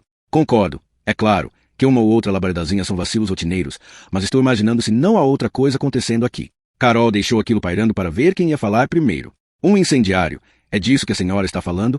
Era de J. Archer a voz agradável, mas a expressão beirava a insolência. Um incendiário serial. Sim. Houve um silêncio momentâneo. Carol concluiu que sabia o que eles estavam pensando. A força de East Yorkshire podia até ser uma corporação nova, mas aqueles policiais tinham trabalhando naquela área sob regime antigo. Sacavam o esquema, enquanto ela era garotinha nova na cidade desesperada para se destacar às custas deles. E eles não tinham certeza se cooperavam com ela ou se a sabotavam. De alguma maneira, ela tinha que persuadi-los a entender que era nela que eles deviam colar se quisessem se dar bem. Há um padrão, disse ela. Lojas vazias, primeiras horas da manhã. Escolas, estabelecimentos da indústria leve, depósitos. Nada muito impactante, nenhum lugar em que haja um vigilante noturno capaz de acabar com a brincadeira. Mas sérios, grandes incêndios, todos eles, causaram muitos estragos e as empresas de seguro devem estar tomando mais prejuízo do que gostariam. Só que ninguém falou nada sobre incendiários durante a confusão. Tommy comentou calmamente. Geralmente o bombeiro dá um toque pra gente se tem alguma coisa um pouquinho estranha rolando. Ou isso, ou o jornal local dá pra gente uma dor de cabeça daquelas, comentou-lhe fazendo com que sua voz atravessasse o segundo Kit Kat que enchia a sua boca. Magro que nem um cão galgo, apesar dos biscoitos e dos 3 torrões de açúcar no café, Carol notou. Era bom ficar de olho nele por causa de hiperatividade nervosa. Podem me chamar de enjoada, mas prefiro isso enquanto montamos o nosso plano de trabalho do que jornalista, desencheridos ou bombeiros, afirmou Carol, com frieza. Incêndio criminoso não é um delitozinho qualquer que pode ser feito nas coxas. Assim como assassinato, ele tem consequências terríveis. E, assim como assassinato, existe um monte de motivos. Fraude, destruição de provas, eliminação da concorrência, vingança e ocultação. Isso na ponta lógica do espectro. Na ponta fodida, temos aqueles que fazem isso de onda ou por gratificação sexual. Como serial killers, eles quase sempre têm uma lógica interna própria e a confundem com algo que faz sentido para o restante de nós. Felizmente, para nós, assassinatos em série são muito menos comuns do que incêndios criminosos em série. As seguradoras calculam que 1/4 de todos os incêndios no Reino Unido foram iniciados de propósito. Imaginem se 1/4 das mortes fossem assassinatos. Taylor parecia entediado. Liv Itbriada encarava inexpressivamente, a mão quase chegando ao maço de cigarros em frente a ele. Asha era a única que parecia interessada em fazer alguma contribuição. Ouvi falar que a incidência de incêndios criminosos é um índice de prosperidade econômica de um país. Quanto mais incêndios criminosos, pior a economia está. Bom, a gente tem muito desemprego por aqui, comentou ela, com o tom de alguém que esperava ser ignorado. E isso é algo que não podemos esquecer, alertou Carol, aprovando o comentário com um gesto de cabeça. Então, isto é o que eu quero. Um arrastão cuidadoso nos relatórios do período noturno do Departamento de Investigação Criminal e nos feitos pelos policiais das delegacias dos últimos 6 meses para ver o que descobrimos. Quero que as vítimas sejam interrogadas novamente para verificarmos se há algum fator como óbvio, como a mesma companhia de seguros. Façam a distribuição entre vocês. Vou conversar com o comandante dos bombeiros antes de nós 4 nos reencontrarmos em, digamos, 3 dias. Ótimo. Alguma pergunta? Eu podia falar com o comandante dos bombeiros, senhora, disse Asha com ansiedade. Já tive que lidar com ele antes. Obrigado por se oferecer, Di. Mas, quanto mais cedo eu fizer esse contato, mais satisfeita vou ficar. Os lábios de Asha pareceram se retrair em sinal de desaprovação, mas ela praticamente não movimentou a cabeça. Você quer que a gente largue os nossos outros casos? Perguntou Tommy. Carol deu um sorriso mais afiado do que picador de gelo. Ela nunca foi muito com a cara de oportunistas. Ah, por favor, sargento, suspirou ela. Sei a quantidade de casos em que está trabalhando. Como disse no começo desta conversa, foi de Bradfield que vim. Seafor pode não ser uma cidade grande, mas não é motivo para operarmos com passo de guardinha de vilarejo. Ela se levantou, absorvendo o choque no rosto deles. Não vim para cá para me desentender com as pessoas, mas vou fazer isso se for preciso. Se acham que sou uma pessoa difícil de trabalhar, acertaram. Não importa o quanto vocês trabalhem pesado, vou acompanhar. Quero que sejamos uma equipe, e temos que jogar com as minhas regras. E foi embora. Tommy Taylor esfregou o maxilar e disse, ainda acha que ela é comível? Lee? Asha franziu sua boca fina e disse, não, a menos que você goste de cantar em falsete. Não acho que você vai ter muita vontade de cantar, comentou Lee. Alguém vai querer o último Kit Kat? Chais esfregou os olhos e os desviou da tela do computador. Fora trabalhar cedo para que pudesse revisar rapidamente o que aprenderá sobre o software nos dias anteriores. Encontrar Tony em um dos outros terminais fora um bônus. Ele se espantou ao vê-la passar pela porta logo depois das 7. Achei que fosse o único workaholic insone por aqui. Sou uma merda com computador, disse ela de maneira um pouco brusca, tentando encobrir sua satisfação em tê-lo apenas para si. Sempre precisei trabalhar em dobro para conseguir avançar. As sobrancelhas de Tony pularam. Policiais geralmente não admitiam fraquezas para alguém que não faz parte da corporação. Chais Bowman era ainda mais incomum do que avaliara inicialmente, ou então ele estava finalmente perdendo seu status de alienígena. Achava que todo mundo com menos de 30 anos fosse expert nessas coisas, comentou Tony delicadamente. Lamento te desapontar. Na hora da distribuição de habilidades, eu não saí para buscar a minha, respondeu Chais. Ela se agitou em frente à tela e enrolou as mangas da blusa de algodão. Primeiro se lembre da sua senha, murmurou, imaginando o que ele achava dela. 2 forças fervilhavam sob a calma superfície de Chais Bowman, alternando-se para tomar as rédeas. Por um lado, o medo de fracassar a corroía, minando tudo o que era e tudo o que alcançara. Quando olhava no espelho, nunca via seus pontos fortes, apenas a finura de seus lábios e a falta de definição do seu nariz. Quando reavaliava suas realizações, via apenas onde falhara, os níveis que não conseguirá escalar. A força oposta era sua ambição. De alguma maneira, desde quando começara a formular as ambições que a conduziam, tais objetivos restauravam sua deteriorada autoconfiança e continham suas vulnerabilidades antes que elas a aleijassem. Quando sua ambição ameaçava torná-la alguém arrogante, de alguma maneira o medo entrava em ação, mantendo-a humana. A criação da força-tarefa coincidirá de maneira tão perfeita com o rumo dos seus sonhos que ela não podia deixar de sentir a mão do destino naquilo. Isso não significava, contudo, que podia relaxar. O plano de longo prazo de Chais para sua carreira era brilhar mais do que qualquer um na força-tarefa. Uma das suas táticas para atingir isso era esmiuçar o cérebro de Tony Hill como um chaveiro profissional, extraindo todas as lascas de conhecimento que conseguisse vasculhar ali enquanto, simultaneamente, rastejaria para dentro das suas defesas para que, quando precisasse da sua ajuda, ele estivesse pronto para fornecê-la. Como parte da abordagem, e porque estava com muito medo de, sem fazer isso, ficar para trás fazer papel de boba em um grupo em que estava convencida de que todos os integrantes eram melhores do que ela. Chais voltava secretamente a todas as aulas em grupo para escutá-las repetidamente sempre que podia. E, naquele momento, a sorte deixou uma oportunidade essa no colo dela. Então Chais franziu as sobrancelhas, olhou para a tela, Percorreu todo o caminho que envolvia o longo processo de preencher um relatório criminal e depois ativar a comparação dele com os detalhes dos crimes anteriores arquivados nos bancos de memória do computador. Quando Tony escapuliu da sua cadeira, ela registrou vagamente o movimento, mas se forçou a continuar trabalhando. A última coisa que queria era que ele pensasse que ela estava se insinuando. A intensidade da concentração que se impôs foi suficiente para que não notasse quando ele entrou pela porta atrás da mesa dela, até seu subconsciente registrar um tênue aroma masculino que identificou como dele. Foi necessária toda a sua força de vontade para não reagir. Em vez disso, continuou atacando as teclas até que a mão dele surgiu na beirada da sua visão periférica e colocou um copo de café com folhado ao lado dela na mesa. Hora de fazer uma pausa. Só então ela esfregou os olhos e abandonou a tela. Obrigada. De nada. Tem dúvida em alguma coisa? Posso te ajudar, se quiser. Continuou a se conter. Não se agarre a isso, advertiu a si mesma. Não queria gastar seu crédito com Tony Hill até que fosse totalmente necessário, e era preferível que isso não acontecesse antes que ela fosse capaz de oferecer algo útil em troca. Não é que não a entenda. É que não confio nele. Tony sorriu, apreciando a teimosia defensiva dela. Você é um desses jovens que demandam provas empíricas de que 2 mais 2 são 4? Uma pontada de prazer por tê-lo entretido foi rapidamente reprimida. Chá pôs o folhado de lado e tomou o café. Sempre fui apaixonada por provas. Por que acha que virei policial? Tony deu um sorriso torto e sagaz. Eu poderia especular. Você ter escolhido este lugar aqui é quase um campo de provas. Na verdade, não. O campo já foi violado. Americanos têm feito isso por tanto tempo que não tem só manuais, tem filmes sobre isso.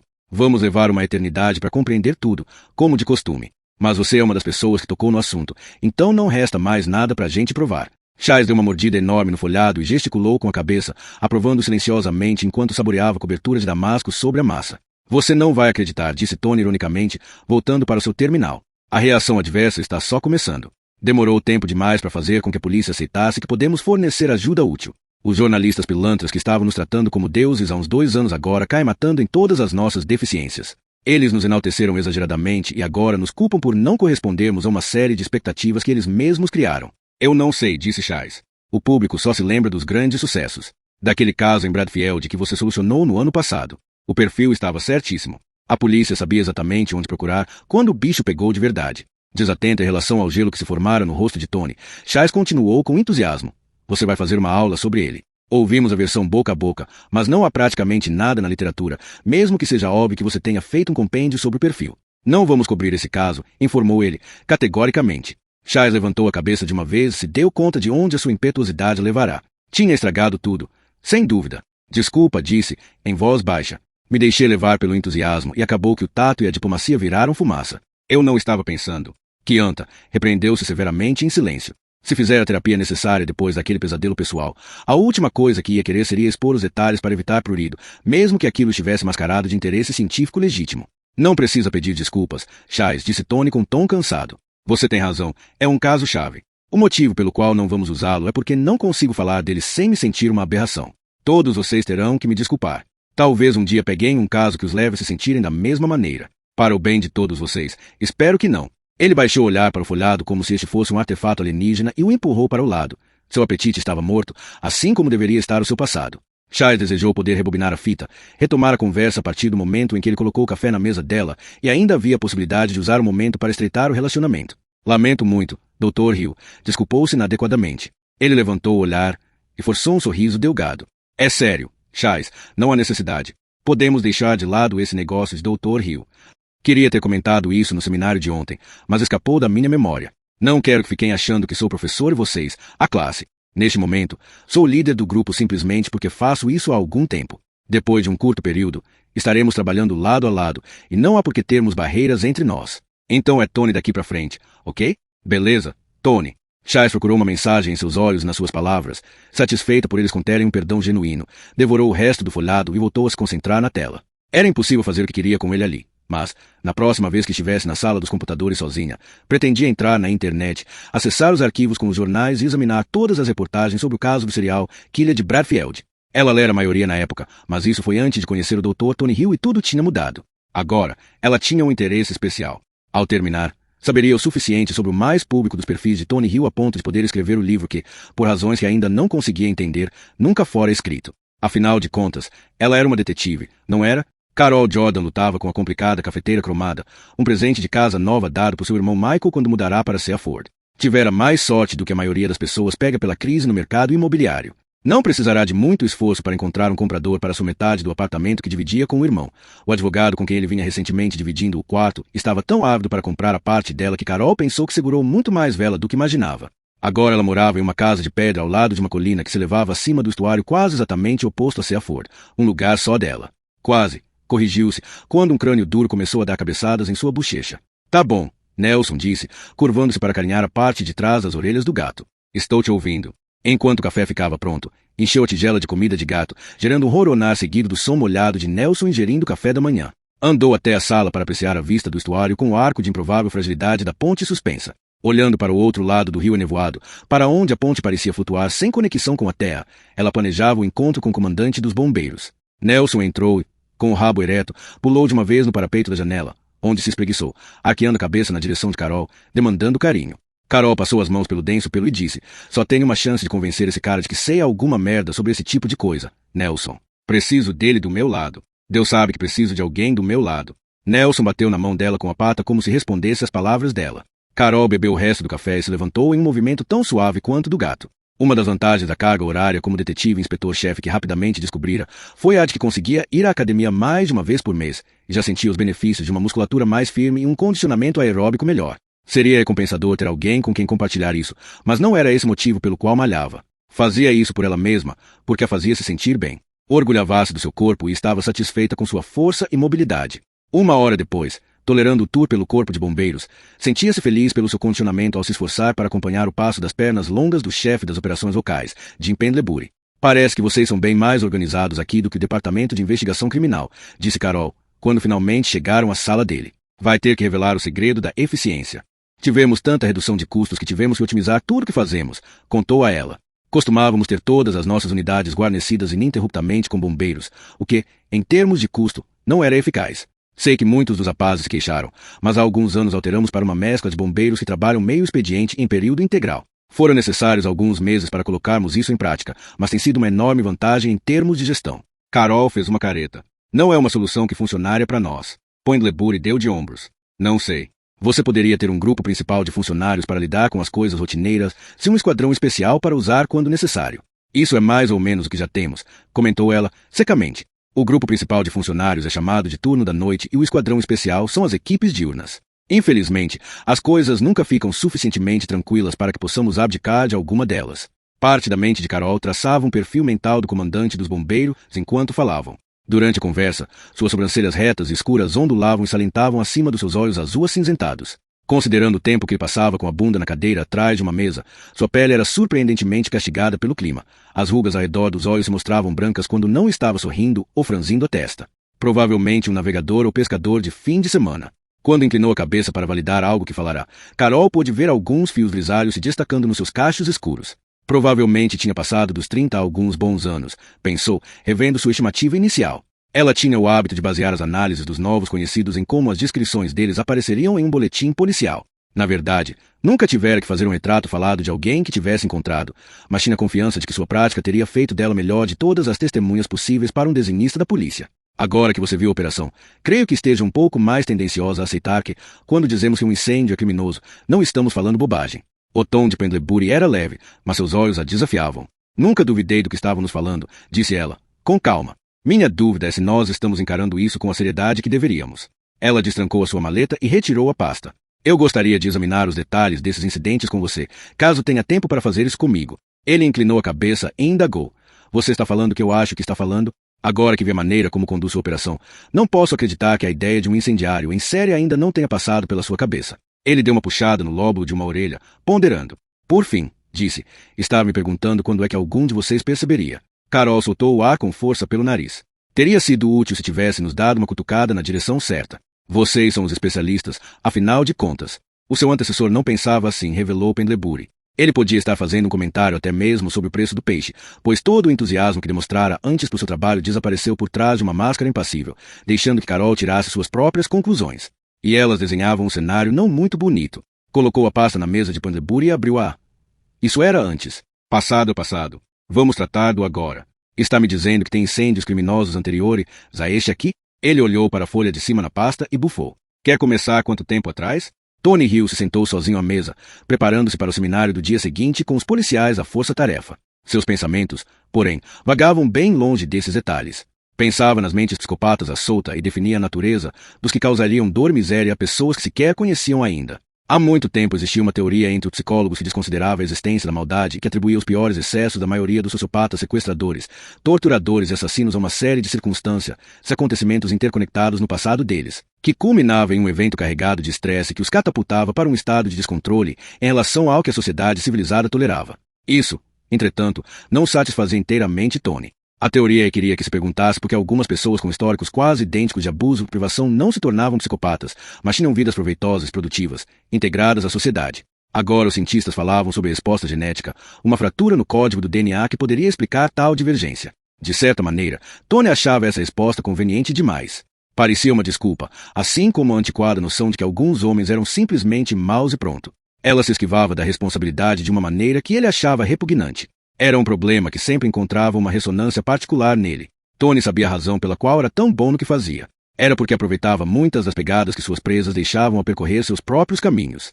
Mas sempre alcançava o ponto em que nunca conseguia identificar que tinha chegado uma bifurcação, onde se tornavam caçadores primários.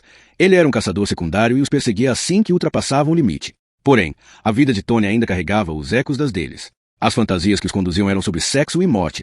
Já as dele sobre sexo e morte eram chamadas de criação de perfil. Era de arrepiar o quanto eram parecidas. Para Tony, às vezes parecia um problema como o do ovo e da galinha. Sua impotência começou porque temia que a desacorrentada expressão da sexualidade pudesse levá-lo à violência e à morte, ou o conhecimento sobre a frequência com que o impulso sexual levava ao assassinato agiu em seu corpo para torná-lo sexualmente incapaz. Duvidava que algum dia saberia. Independentemente do sentido da trajetória nesse circuito, era inegável que o trabalho afetara profundamente a sua vida. Sem razão aparente, recordou-se da centelha de entusiasmo descomplicado que via nos olhos de Chase Bowman. Ele se lembrava de se sentir dessa maneira também, mas isso foi antes da fascinação ser mitigada pela exposição aos horrores que os humanos podiam infligir uns aos outros. Talvez pudesse usar o que sabia para dar à sua equipe uma armadura melhor do que a dele. Se não atingisse nada mais, só isso já valeria a pena. Em outra parte da cidade, Chase apertou o botão do mouse e fechou o software. Em piloto automático, desligou o computador e olhou para a tela que escurecia, mas a mente estava longe. Quando decidirá que sua primeira estratégia seria explorar as fontes da internet para exumar o passado de Tony Hill, esperava se deparar com um punhado de referências, se tivesse sorte, uma série de recortes em algum arquivo de jornal. Em vez disso, quando digitou as palavras-chave Tony, Hill, Bradfield, assassino na ferramenta de busca, chocou-se com um tesouro obscuro de referências ao caso que colocará o rosto dele nas primeiras páginas um ano antes. Havia um punhado pavoroso de sites totalmente devotados a serial killers que mencionavam o famoso caso. Além disso, jornalistas e comentaristas haviam postado artigos sobre aquele caso específico em seus sites pessoais. Havia até mesmo uma galeria de vilões, uma montagem de fotografias dos rostos dos mais notórios serial killers do mundo. O alvo de Tony, chamado de assassino de bonecas, era retratado de mais de uma maneira na bizarra exposição. Chase fizera o download de tudo que conseguiu encontrar e passará o resto da noite lendo. O que começara como um exercício acadêmico para descobrir o que motivava Tony Hill a deixará com o coração apertado. Os fatos não estavam em discussão. Os corpos nu de 4 homens foram largados em áreas gays de Bradfield. As vítimas tinham sido torturadas antes de morrer com uma crueldade que ia quase além da compreensão. Depois da morte, haviam sido mutiladas sexualmente, lavadas e abandonadas como lixo. Como último recurso, Tony fora contratado como consultor e trabalhará com a detetive inspetora Carol Jordan para desenvolver o perfil. Estavam se aproximando do alvo quando o caçador virou a caça. O assassino queria Tony para um sacrifício humano. Capturado e amarrado, ele estava prestes a se tornar a vítima número 5, com os mecanismos de tortura prontos, seu corpo berrando de dor. Se não aprendesse a baixar a guarda para que pudesse usar a sua empatia, ela jamais atingiria seu potencial como criadora de perfis. Era trabalho dele encontrar, sem assumir o risco de causar muito dano, uma maneira de fazer com que ela relaxasse a própria vigilância. Naquele momento, Chase levantou a cabeça e cravou os olhos diretamente nos dele. Não havia constrangimento ou embaraço algum. Ela simplesmente o encarou por um tempo e depois voltou para o que estava lendo. Era como se tivesse invadido o banco de memórias dele em busca de uma informação que lhe faltava. Tendo-a encontrado, desconectou-se novamente. Ligeiramente desconcertado, Tony pigarreou. 4 incidentes distintos de agressão sexual e estupro. Comentários? O grupo já passará da fase dos silêncios constrangedor e, se das hesitações, desopinava sem problema. Leon Jackson foi o primeiro a se aprofundar, o que já estava se tornando um padrão. Acho que a ligação mais forte está nas vítimas. Li em algum lugar que os estupradores em série tendem a agir dentro da sua própria faixa etária, e todas essas mulheres estavam com 20 e poucos anos. Além disso, todas têm cabelo loiro curto e se esforçavam muito para ficar em forma. 2 praticavam corrida, uma era jogadora de hóquei e a outra, remadora. Todas praticavam esportes que seriam difíceis de serem observados por um agressor esquisitão, sem que ele chamasse a atenção. Obrigado, Leon. Mais comentários? Simon, já designado o advogado do diabo do grupo, com seu sotaque de Glasgow e o hábito de encarar com um olhar perturbador que vinha debaixo das escuras sobrancelhas, ponderou. É possível argumentar que isso se dá porque a mulher que se dedica a essas modalidades de esporte é exatamente do tipo autoconfiante bastante para ficar em lugares arriscados sozinhas, convencidas de que nunca vai acontecer algo com elas. Poderiam facilmente ser 2, 3 ou até 4 agressores. E, nesse caso, contratar um criador de perfis seria uma perda de tempo total. Chais negou, sacudindo a cabeça. Não são apenas as vítimas, declarou com firmeza. Se ler as evidências, em todos os casos os olhos foram tampados durante o ataque. Em todos os casos, o agressor abusava verbalmente delas sem parar enquanto as agredia. Isso é mais do que mera coincidência. Simon não estava pronto para desistir. Qual é, Chais? Protestou ele. Qualquer camarada tão fraco a ponto de precisar recorrer a um estupro para se sentir bem consigo mesmo vai ficar se vangloriando durante a parada. E, com relação aos olhos cobertos, não há nada em comum nisso com exceção de que, na primeira e na terceira, ele usou a faixa de cabeça delas mesmas. Olha, ele balançou os papéis. Caso número 2, ele puxou a camisa da vítima, a colocou sobre a cabeça dela e deu um nó. Caso número 4, o estuprador tinha um rolo de fita adesiva e enrolou a cabeça dela. É muito diferente. Ele se encostou novamente com um sorriso amigável que neutralizava a força das suas palavras. Tony sorriu. Discussão perfeita para nos conduzir ao próximo assunto. Obrigado, Simon. Hoje vou distribuir a primeira tarefa a vocês. O preâmbulo do guia do iniciante sobre assinatura versus Mo. Alguém sabe do que estou falando? Kai Allen, a outra mulher da equipe, levantou a mão pouco mais de 15 centímetros e olhou interrogativamente para Tony. Ele acenou com a cabeça. Ela colocou seu cabelo castanho claro atrás das orelhas com um gesto que ele reconheceu como seu principal mecanismo para parecer feminina e vulnerável e assim tentar neutralizar críticas, particularmente quando estava prestes a fazer uma afirmação da qual tinha certeza absoluta. OMO é dinâmico, a assinatura é estática, disse ela. É uma maneira de se colocar, concordou Tony. Entretanto, provavelmente está técnico demais para os policiais entre nós, comentou ele com um sorriso, apontando o dedo para cada um dos outros 5. Empurrou para trás sua cadeira e começou a se mover energicamente pela sala enquanto falava. Mo significa modus operandi. Latim. A maneira de se fazer. Quando usamos isso no contexto criminal, estamos nos referindo a uma série de ações executadas pelo criminoso no processo de atingir seu objetivo, o crime. Nos primórdios da criação de perfis, os policiais e, em grande medida, os psicólogos eram muito literais em relação à ideia que tinham sobre serial killers. Faziam basicamente as mesmas coisas todas as vezes para chegar basicamente aos mesmos resultados. Com exceção de que eles geralmente apresentavam uma intensificação e passavam, digamos, da agressão a uma prostituta para arrancar o cérebro de uma mulher com uma marreta. Contudo, à medida que fomos descobrindo mais, percebemos que não somos os únicos a aprender com os nossos erros. Estávamos lidando com criminosos que eram suficientemente inteligentes e imaginativos para fazerem exatamente a mesma coisa.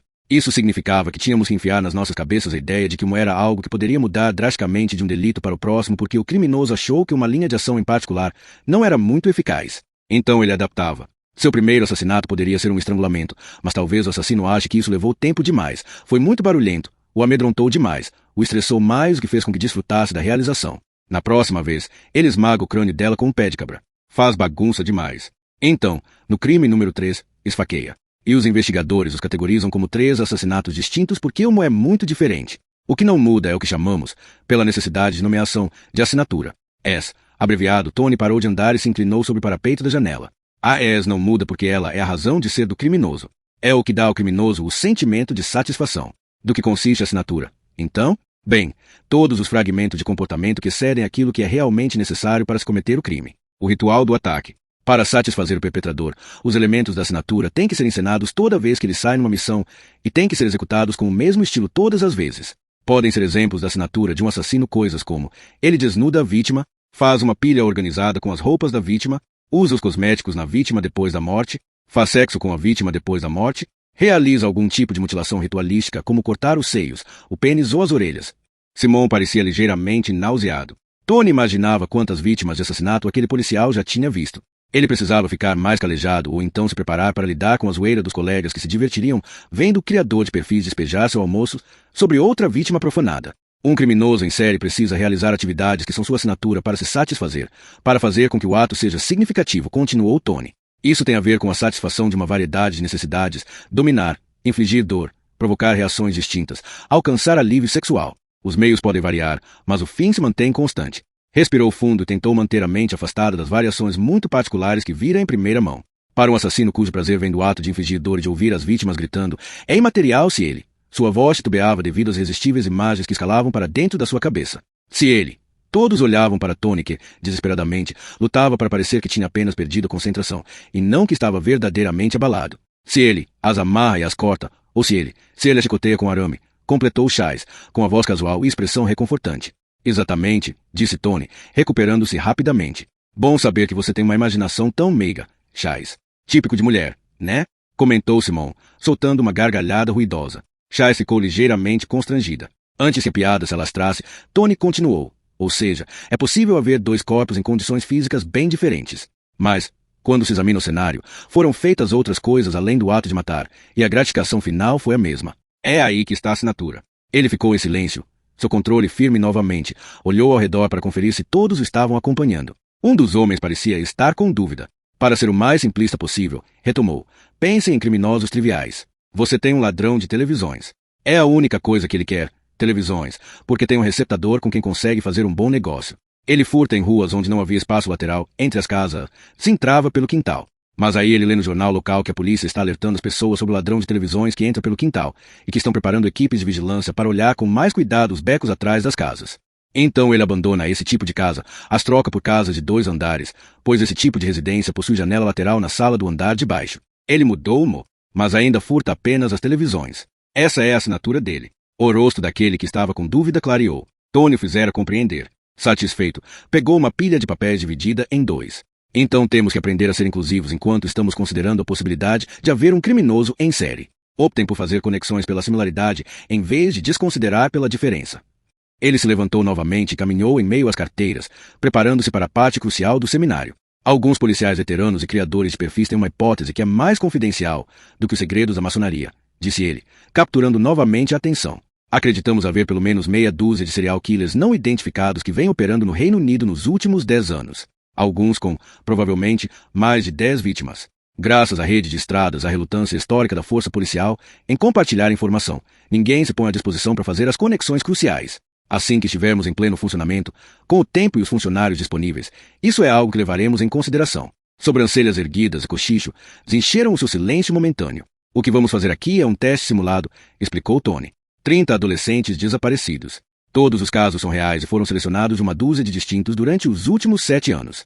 Vocês têm uma semana para examinar os casos durante o tempo livre. Depois apresentarão suas teorias sobre se alguns deles contêm similaridade suficiente a ponto de nos servir de base para suspeitarmos que pode ser trabalho de um criminoso serial. Entregou a cada um deles um maço de cópias e lhes deu um tempinho para que folheassem. Devo enfatizar que isso é um mero exercício, alertou-os enquanto retornava para sua cadeira. Não há razão para supor que alguma dessas meninas e desses rapazes tenham sido sequestrados ou assassinados. Alguns deles podem estar mortos agora, mas isso provavelmente tem mais a ver com os atritos da vida na rua do que com violência criminal. O fator comum que os liga é que nenhuma das famílias desses garotos acredita que eles eram do tipo que fugiria de casa. Todas alegaram que os adolescentes desaparecidos eram felizes, que não houve nenhuma discussão séria e não tinham nenhum problema significativo na escola. Embora um ou outro tenha tido problema com a polícia ou o serviço social, não havia nenhuma dificuldade no momento dos desaparecimentos. Entretanto, nenhum dos jovens desaparecidos fez contato subsequente com sua casa. É possível que a maioria deles tenha ido buscar a vida urbana londrina.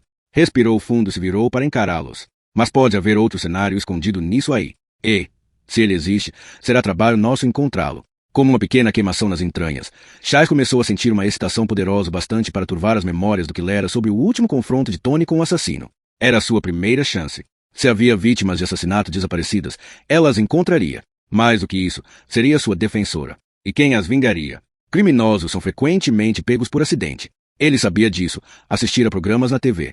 Dennis Nielsen, assassino de 15 jovens sem teto, foi descoberto porque os canos ficaram entupidos com carne humana. Peter Sutcliffe, o estripador de Yorkshire, que despachou 13 mulheres, foi capturado porque roubara várias placas para disfarçar seu carro. Ted Bundy, assassino necrófilo de mais de 40 jovens, foi finalmente preso por passar em alta velocidade por um carro de polícia à noite com o farol desligado. Saber disso não o amedrontava, mas adicionava um frisson extra onda de adrenalina que inevitavelmente acompanhava o ato de atear fogo. Os seus motivos poderiam ser bem diferentes dos deles, mas o risco era quase tão grande. As luvas de condução feitas de um couro que já fora macio estavam sempre ensopadas com seu suor de nervoso. Em algum momento próximo da 1 da manhã, ele estacionava o carro em um local cuidadosamente escolhido. Nunca o deixava em uma rua residencial, pois tinha consciência da insônia dos idosos e da rebeldia dos jovens na madrugada. Em vez disso, escolhia os estacionamentos das grandes lojas de material de construção. Os terrenos baldios perto de fábricas, os pátios de garagens fechadas à noite, revendas de carros usados eram os melhores. Ninguém notava um carro a mais nelas por uma hora durante a madrugada. Por achar que ficaria muito suspeito por causa da hora, também nunca carregava bolsa de viagem. Um policial que o visse não pensaria duas vezes antes de deduzir que ele estava ali para roubar casas. E, mesmo que um Meganha entediado resolvesse passar o tempo fazendo revirar os bolsos, não haveria muita coisa que levantasse suspeita. Um pedaço de barbante, um isqueiro fora de moda com uma capa de metal, um maço de cigarros faltando um ou dois, uma caixa de fósforos amassada quase acabando, um jornal do dia anterior, um canivete militar suíço, um lenço de bolso amarrotado e manchado de óleo, uma lanterna pequena, mas poderosa. Se isso fosse motivo suficiente para se efetuar uma prisão, as celas estariam cheias toda noite. Ele caminhava pela rota que memorizara, mantinha-se próximo às paredes, se movia silenciosamente por ruas vazias. O sapato de boliche com a sola gasta não fazia barulho algum.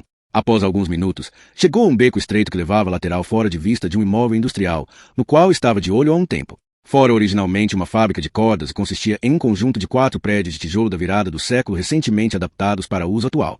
Havia uma oficina elétrica ao lado de uma reformadora de estofados, em frente, uma loja de encanamento e uma padaria que fazia biscoitos com uma receita que alegavam ser muito antiga. Ele avaliou que qualquer um que se dava bem cobrando aqueles preços ridículos por um pacote de biscoitos vagabundo, esfarelentos merecia ter a sua fábrica arruinada, mas não havia material inflamável suficiente ali para as necessidades dele. Nessa noite, a reformadora de estofados iria pelos ares como fogos de artifício. Mais tarde, ele vibraria com a imagem das chamas amarelas e carmesins enfiando seus longos ferrões nas nuvens de fumaça cinza e marrom que se levariam do tecido, da madeira do assoalho e das vigas do prédio antigo em chamas. Mas, naquele momento, tinha apenas que entrar. Preparara-se mais cedo naquele dia, quando deixará uma sacola de compras dentro de uma lata de lixo perto da porta lateral da loja. Ele a pegou e tirou dela o desentupidor de pia e o tubo de supercola. Deu a volta pelo lado de fora do prédio até chegar à janela do banheiro e prendeu o desentupidor no vidro. Esperou alguns minutos para ter certeza de que a cola adesiva tinha endurecido. Depois agarrou o desentupidor com as 2 mãos. Firmou o corpo, preparou-se e deu um puxão. O vidro quebrou fazendo um barulho baixinho, e os fragmentos caíram do lado de fora da janela, assim como teriam caído se tivesse explodido por causa do calor. Com inteligência, bateu o desentupidor na parede para espatifar o círculo de vidro, deixando sobrar apenas um anel fino colado à borracha. Isso não o preocupava. Não havia razão para um especialista da perícia forense reconstituir o vidro e revelar que estava faltando um círculo dele no miolo dos cacos. Feito isso, precisou de poucos minutos para entrar. O lugar, ele sabia, não tinha alarme. Sacou a lanterna e a ligou e desligou rapidamente para verificar onde estava. Depois entrou no corredor que passava por trás da sala de trabalho principal. No final, ele lembrava, havia algumas caixas de papelão grandes com retalhos que artesãos locais informais compravam a preço de banana. Não havia razão para que investigadores de incêndio duvidassem de que aquele era um lugar onde trabalhadores se encontravam para relaxar. Ele levava pouquíssimo tempo para construir seu dispositivo incendiário. Primeiro abria o isqueiro e esfregava o barbante com o feltro previamente encharcado com fluido de isqueiro. Depois, colocava o barbante no meio de uma meia dúzia de cigarros ajuntados frouxamente com um elástico. Posicionou seu explosivo de maneira que o barbante e detonador ficasse junto da caixa de papelão mais próxima. Depois colocou o lenço ao lado dele com um pouco de jornal amassado. Por fim, acendia os cigarros. Eles queimavam até a metade antes do barbante acender.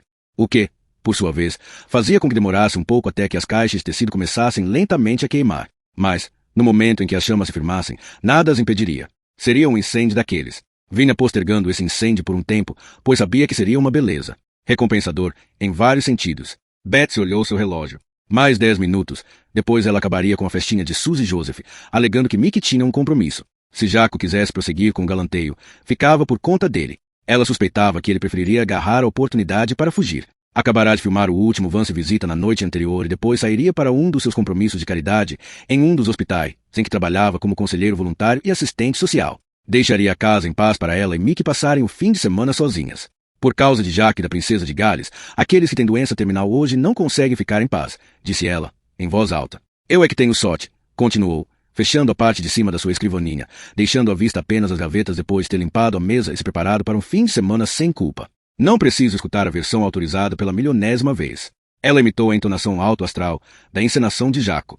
Eu estava deitado lá, contemplando a ruína dos meus sonhos, convencido de que não havia mais razão nenhuma para viver. Então, das profundezas da minha depressão, tive uma visão. Betsy fez o gesto vívido e arrebatador que vira Jaco pôr em ação tantas vezes com seu braço. A própria imagem da beleza.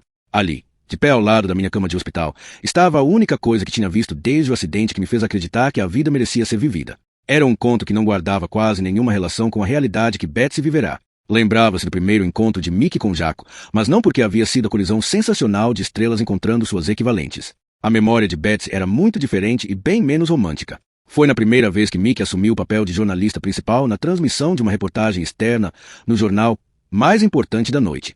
Ela estava levando a milhões de espectadores ávidos a primeira entrevista exclusiva com Jaco Vance, o herói da mais recente história humana na mídia. Betsy vira a transmissão sozinha em casa. Entusiasmada por ver sua amante sendo o centro das atenções de 10 milhões de pares de olho, se abraçando de alegria. O deleite não durou muito. Celebravam juntas sob o brilho tremeluzente do iPlay quando o telefone interrompeu o prazer delas. Betsy atenderá com a voz irradiando felicidade. A jornalista que a cumprimentou como namorada de Mickey drenou toda sua felicidade. Apesar das frias e veementes negações de Betsy e da ridicularização desdenhosa de Mickey, as duas mulheres sabiam que o relacionamento dela se equilibrava na lâmina da exposição do pior tipo de tabloide. O paciente esforço de Mickey para bloquear as furtivas táticas dos pilantras era cuidadosamente planejado e executado de maneira implacável, bem como qualquer passo que já tinha dado na carreira. Toda noite, 2 pares separados de cortinas eram fechados e as luzes eram acesas atrás delas. As lâmpadas eram apagadas em intervalos escalonados. A do quarto de hóspedes era controlada por um timer que Betsy ajustava para uma hora diferente toda noite. Todas as manhãs, as cortinas eram abertas, sempre pelas mesmas mãos que as tinham fechado.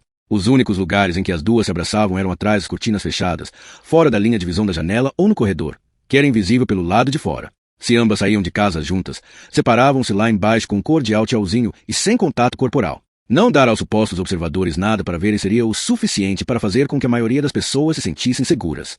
Porém, Mickey preferia uma abordagem mais proativa. Se os tabloides queriam uma história, ela lhes daria uma. Ela teria simplesmente que ser mais empolgante, mais crível e mais sexy que a história que achavam que tinham. Importava-se demais com Betsy para arriscar a paz de espírito da sua amante ou o relacionamento delas. Na manhã depois do telefonema fatal, Mickey tinha uma hora de folga. Ela foi de carro até o hospital em que Jaco era paciente e usou seu charme para conseguir vê-lo. Jaco pareceu satisfeito em vê-la, e não apenas porque ela fora até lá armada com radinho em FM com fones de ouvido. Apesar de ainda estar tomando medicação forte para a dor, estava alerta e receptiva a qualquer coisa que o desviasse do tédio da vida ali na ala onde estava. Mickey passou meia hora batendo papo sobre tudo menos o acidente e a amputação. Depois lhe deu um beijinho amigável na testa e foi embora. Não fora infortúnio algum. Para sua surpresa, ela se viu afeiçoada a Jaco. Ele não era o machão arrogante que ela esperava, baseada na experiência pregressa com heróis do esporte. E, ainda mais surpreendente, ele não estava se chafurdando em autopiedade. As visitas de Mickey podiam até ter começado como um interesse pessoal cínico, mas logo ela se viu envolvida primeiro pelo respeito que sentia pelo estoicismo de Jaco, depois pelo inesperado prazer que sentia quando estava na companhia dele.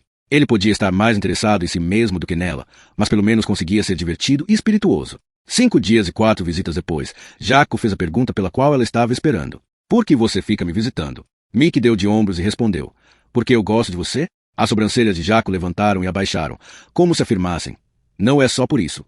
Ela suspirou e fez um esforço consciente para conter seu olhar especulativo. Fui amaldiçoada por ter imaginação. E entendo determinação para se obter sucesso. Ralei pra caramba para chegar onde estou. Fiz sacrifícios.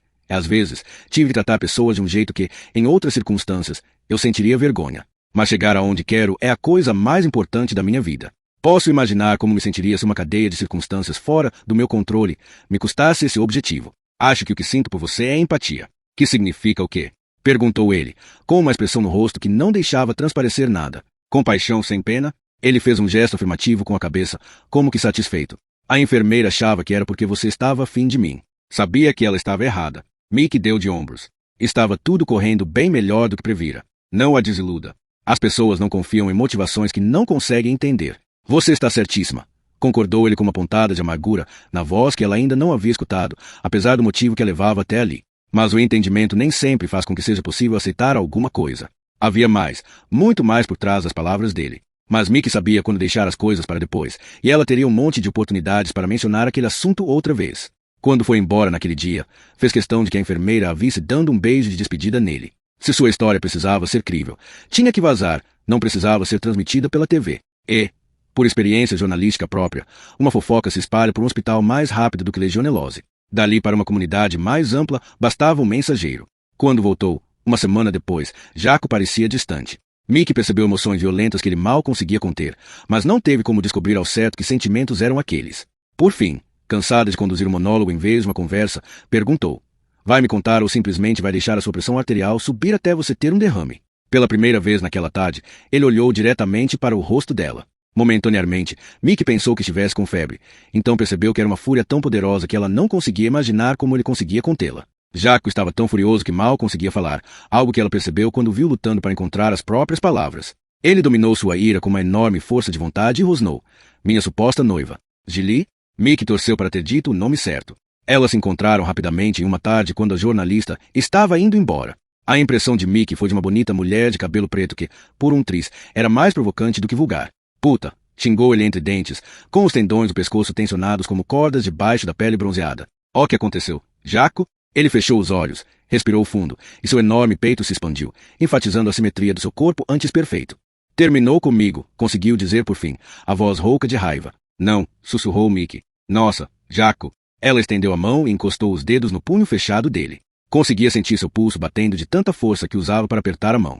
Era uma raiva fenomenal, Mickey pensou, embora não parecesse que ele perderia o controle.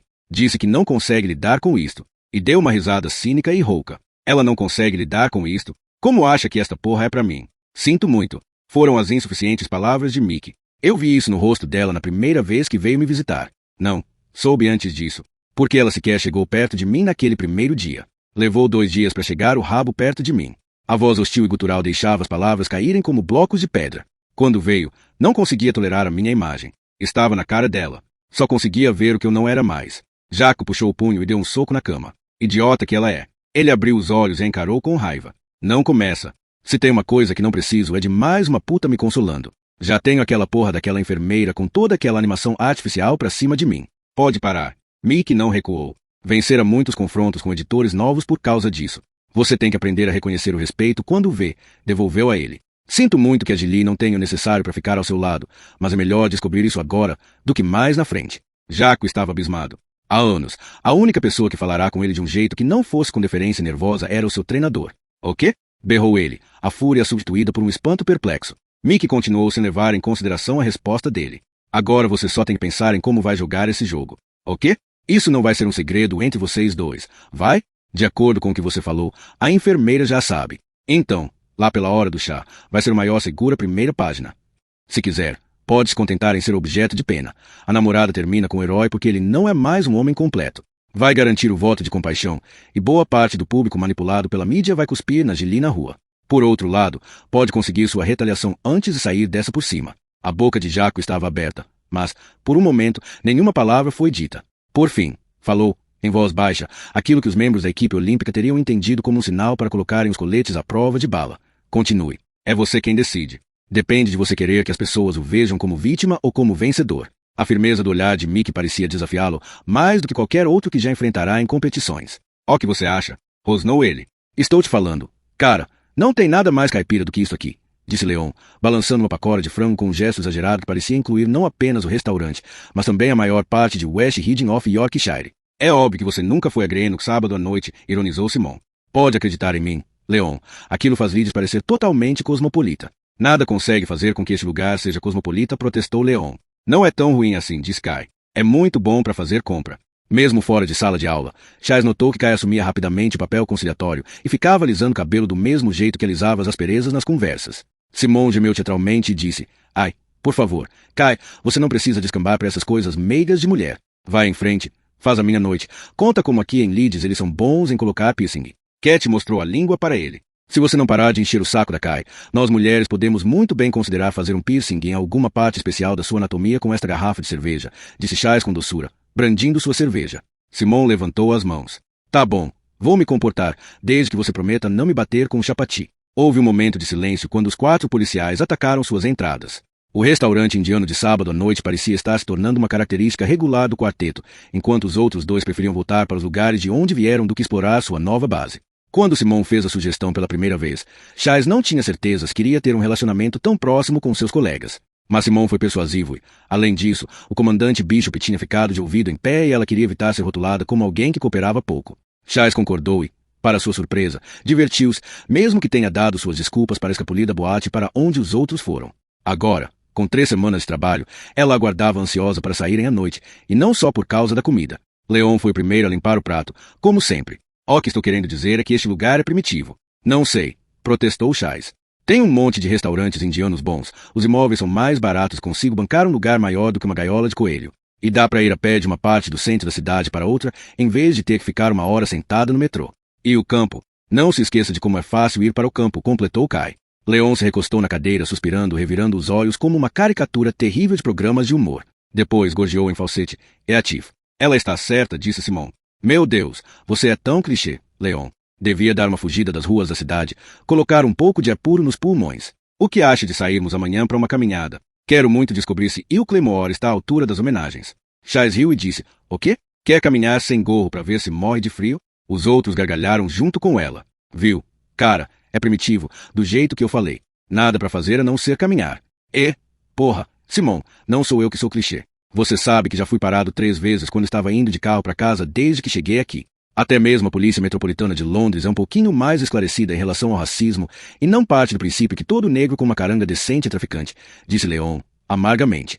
Não estão te parando porque você é negro, retrucou Chais quando ele parou de falar para acender um cigarro. Não? Indagou Leon soltando fumaça. Não. Estão te parando porque você anda com uma arma perigosa. Do que você está falando? Desse terno, querido. Um pouquinho mais afiado e você se cortaria na hora de vesti-lo. Você está usando uma lâmina, é lógico que vão te parar. Chai levantou a mão para que Leon batesse nela e, em meio à explosão de gargalhadas dos outros dois, ele fez uma cara sem graça. Não tão afiado quanto você, Chais, disse Simon. Ela não sabia dizer se era apenas o calor das pimentas o responsável pelo rubor em suas normalmente pálidas bochechas. Por falar em afiado, emendou Kai quando seus pratos principais estavam chegando. Tony Hill não deixa passar nada, não é? Ele é inteligente, com certeza, concordou Simon, tirando o cabelo preto ondulado da testa. Só queria que ele relaxasse um pouquinho. É como se houvesse um muro ali, dá para subir nele, mas não dá para ver o outro lado. Eu te digo o motivo, disse Chais, repentinamente séria. Bradfield, o assassino de bonecas. Foi aquele que ele participou, que resolveram o caso, mas que no final deu merda, né? Perguntou Leon. Isso mesmo. Foi tudo encoberto, não foi? Perguntou Kai com o rosto atento que fazia Chais lembrar de um animalzinho peludo, bonito, mas com dentes escondidos. Os jornais sugeriram todo tipo de coisa, mas nunca entraram muito em detalhes. Acreditem em mim, disse Chais, olhando para o seu meio frango pensando que deveria ter pedido algum prato vegetariano. Vocês não gostariam de saber dos detalhes. Se quiserem a história toda, busquem na internet. Ali ninguém é coagido por detalhes técnicos como bom gosto ou pedidos das autoridades para manter as coisas encobertas. Estou falando para vocês. Se conseguirem ler sobre o que Tony Hill passou sem repensar o que estamos fazendo, puta que pariu, vocês são muito mais corajosos do que eu. Houve um momento de silêncio. Depois, Simon se inclinou para frente e pediu confiante. Você vai contar pra gente, não vai, Chais?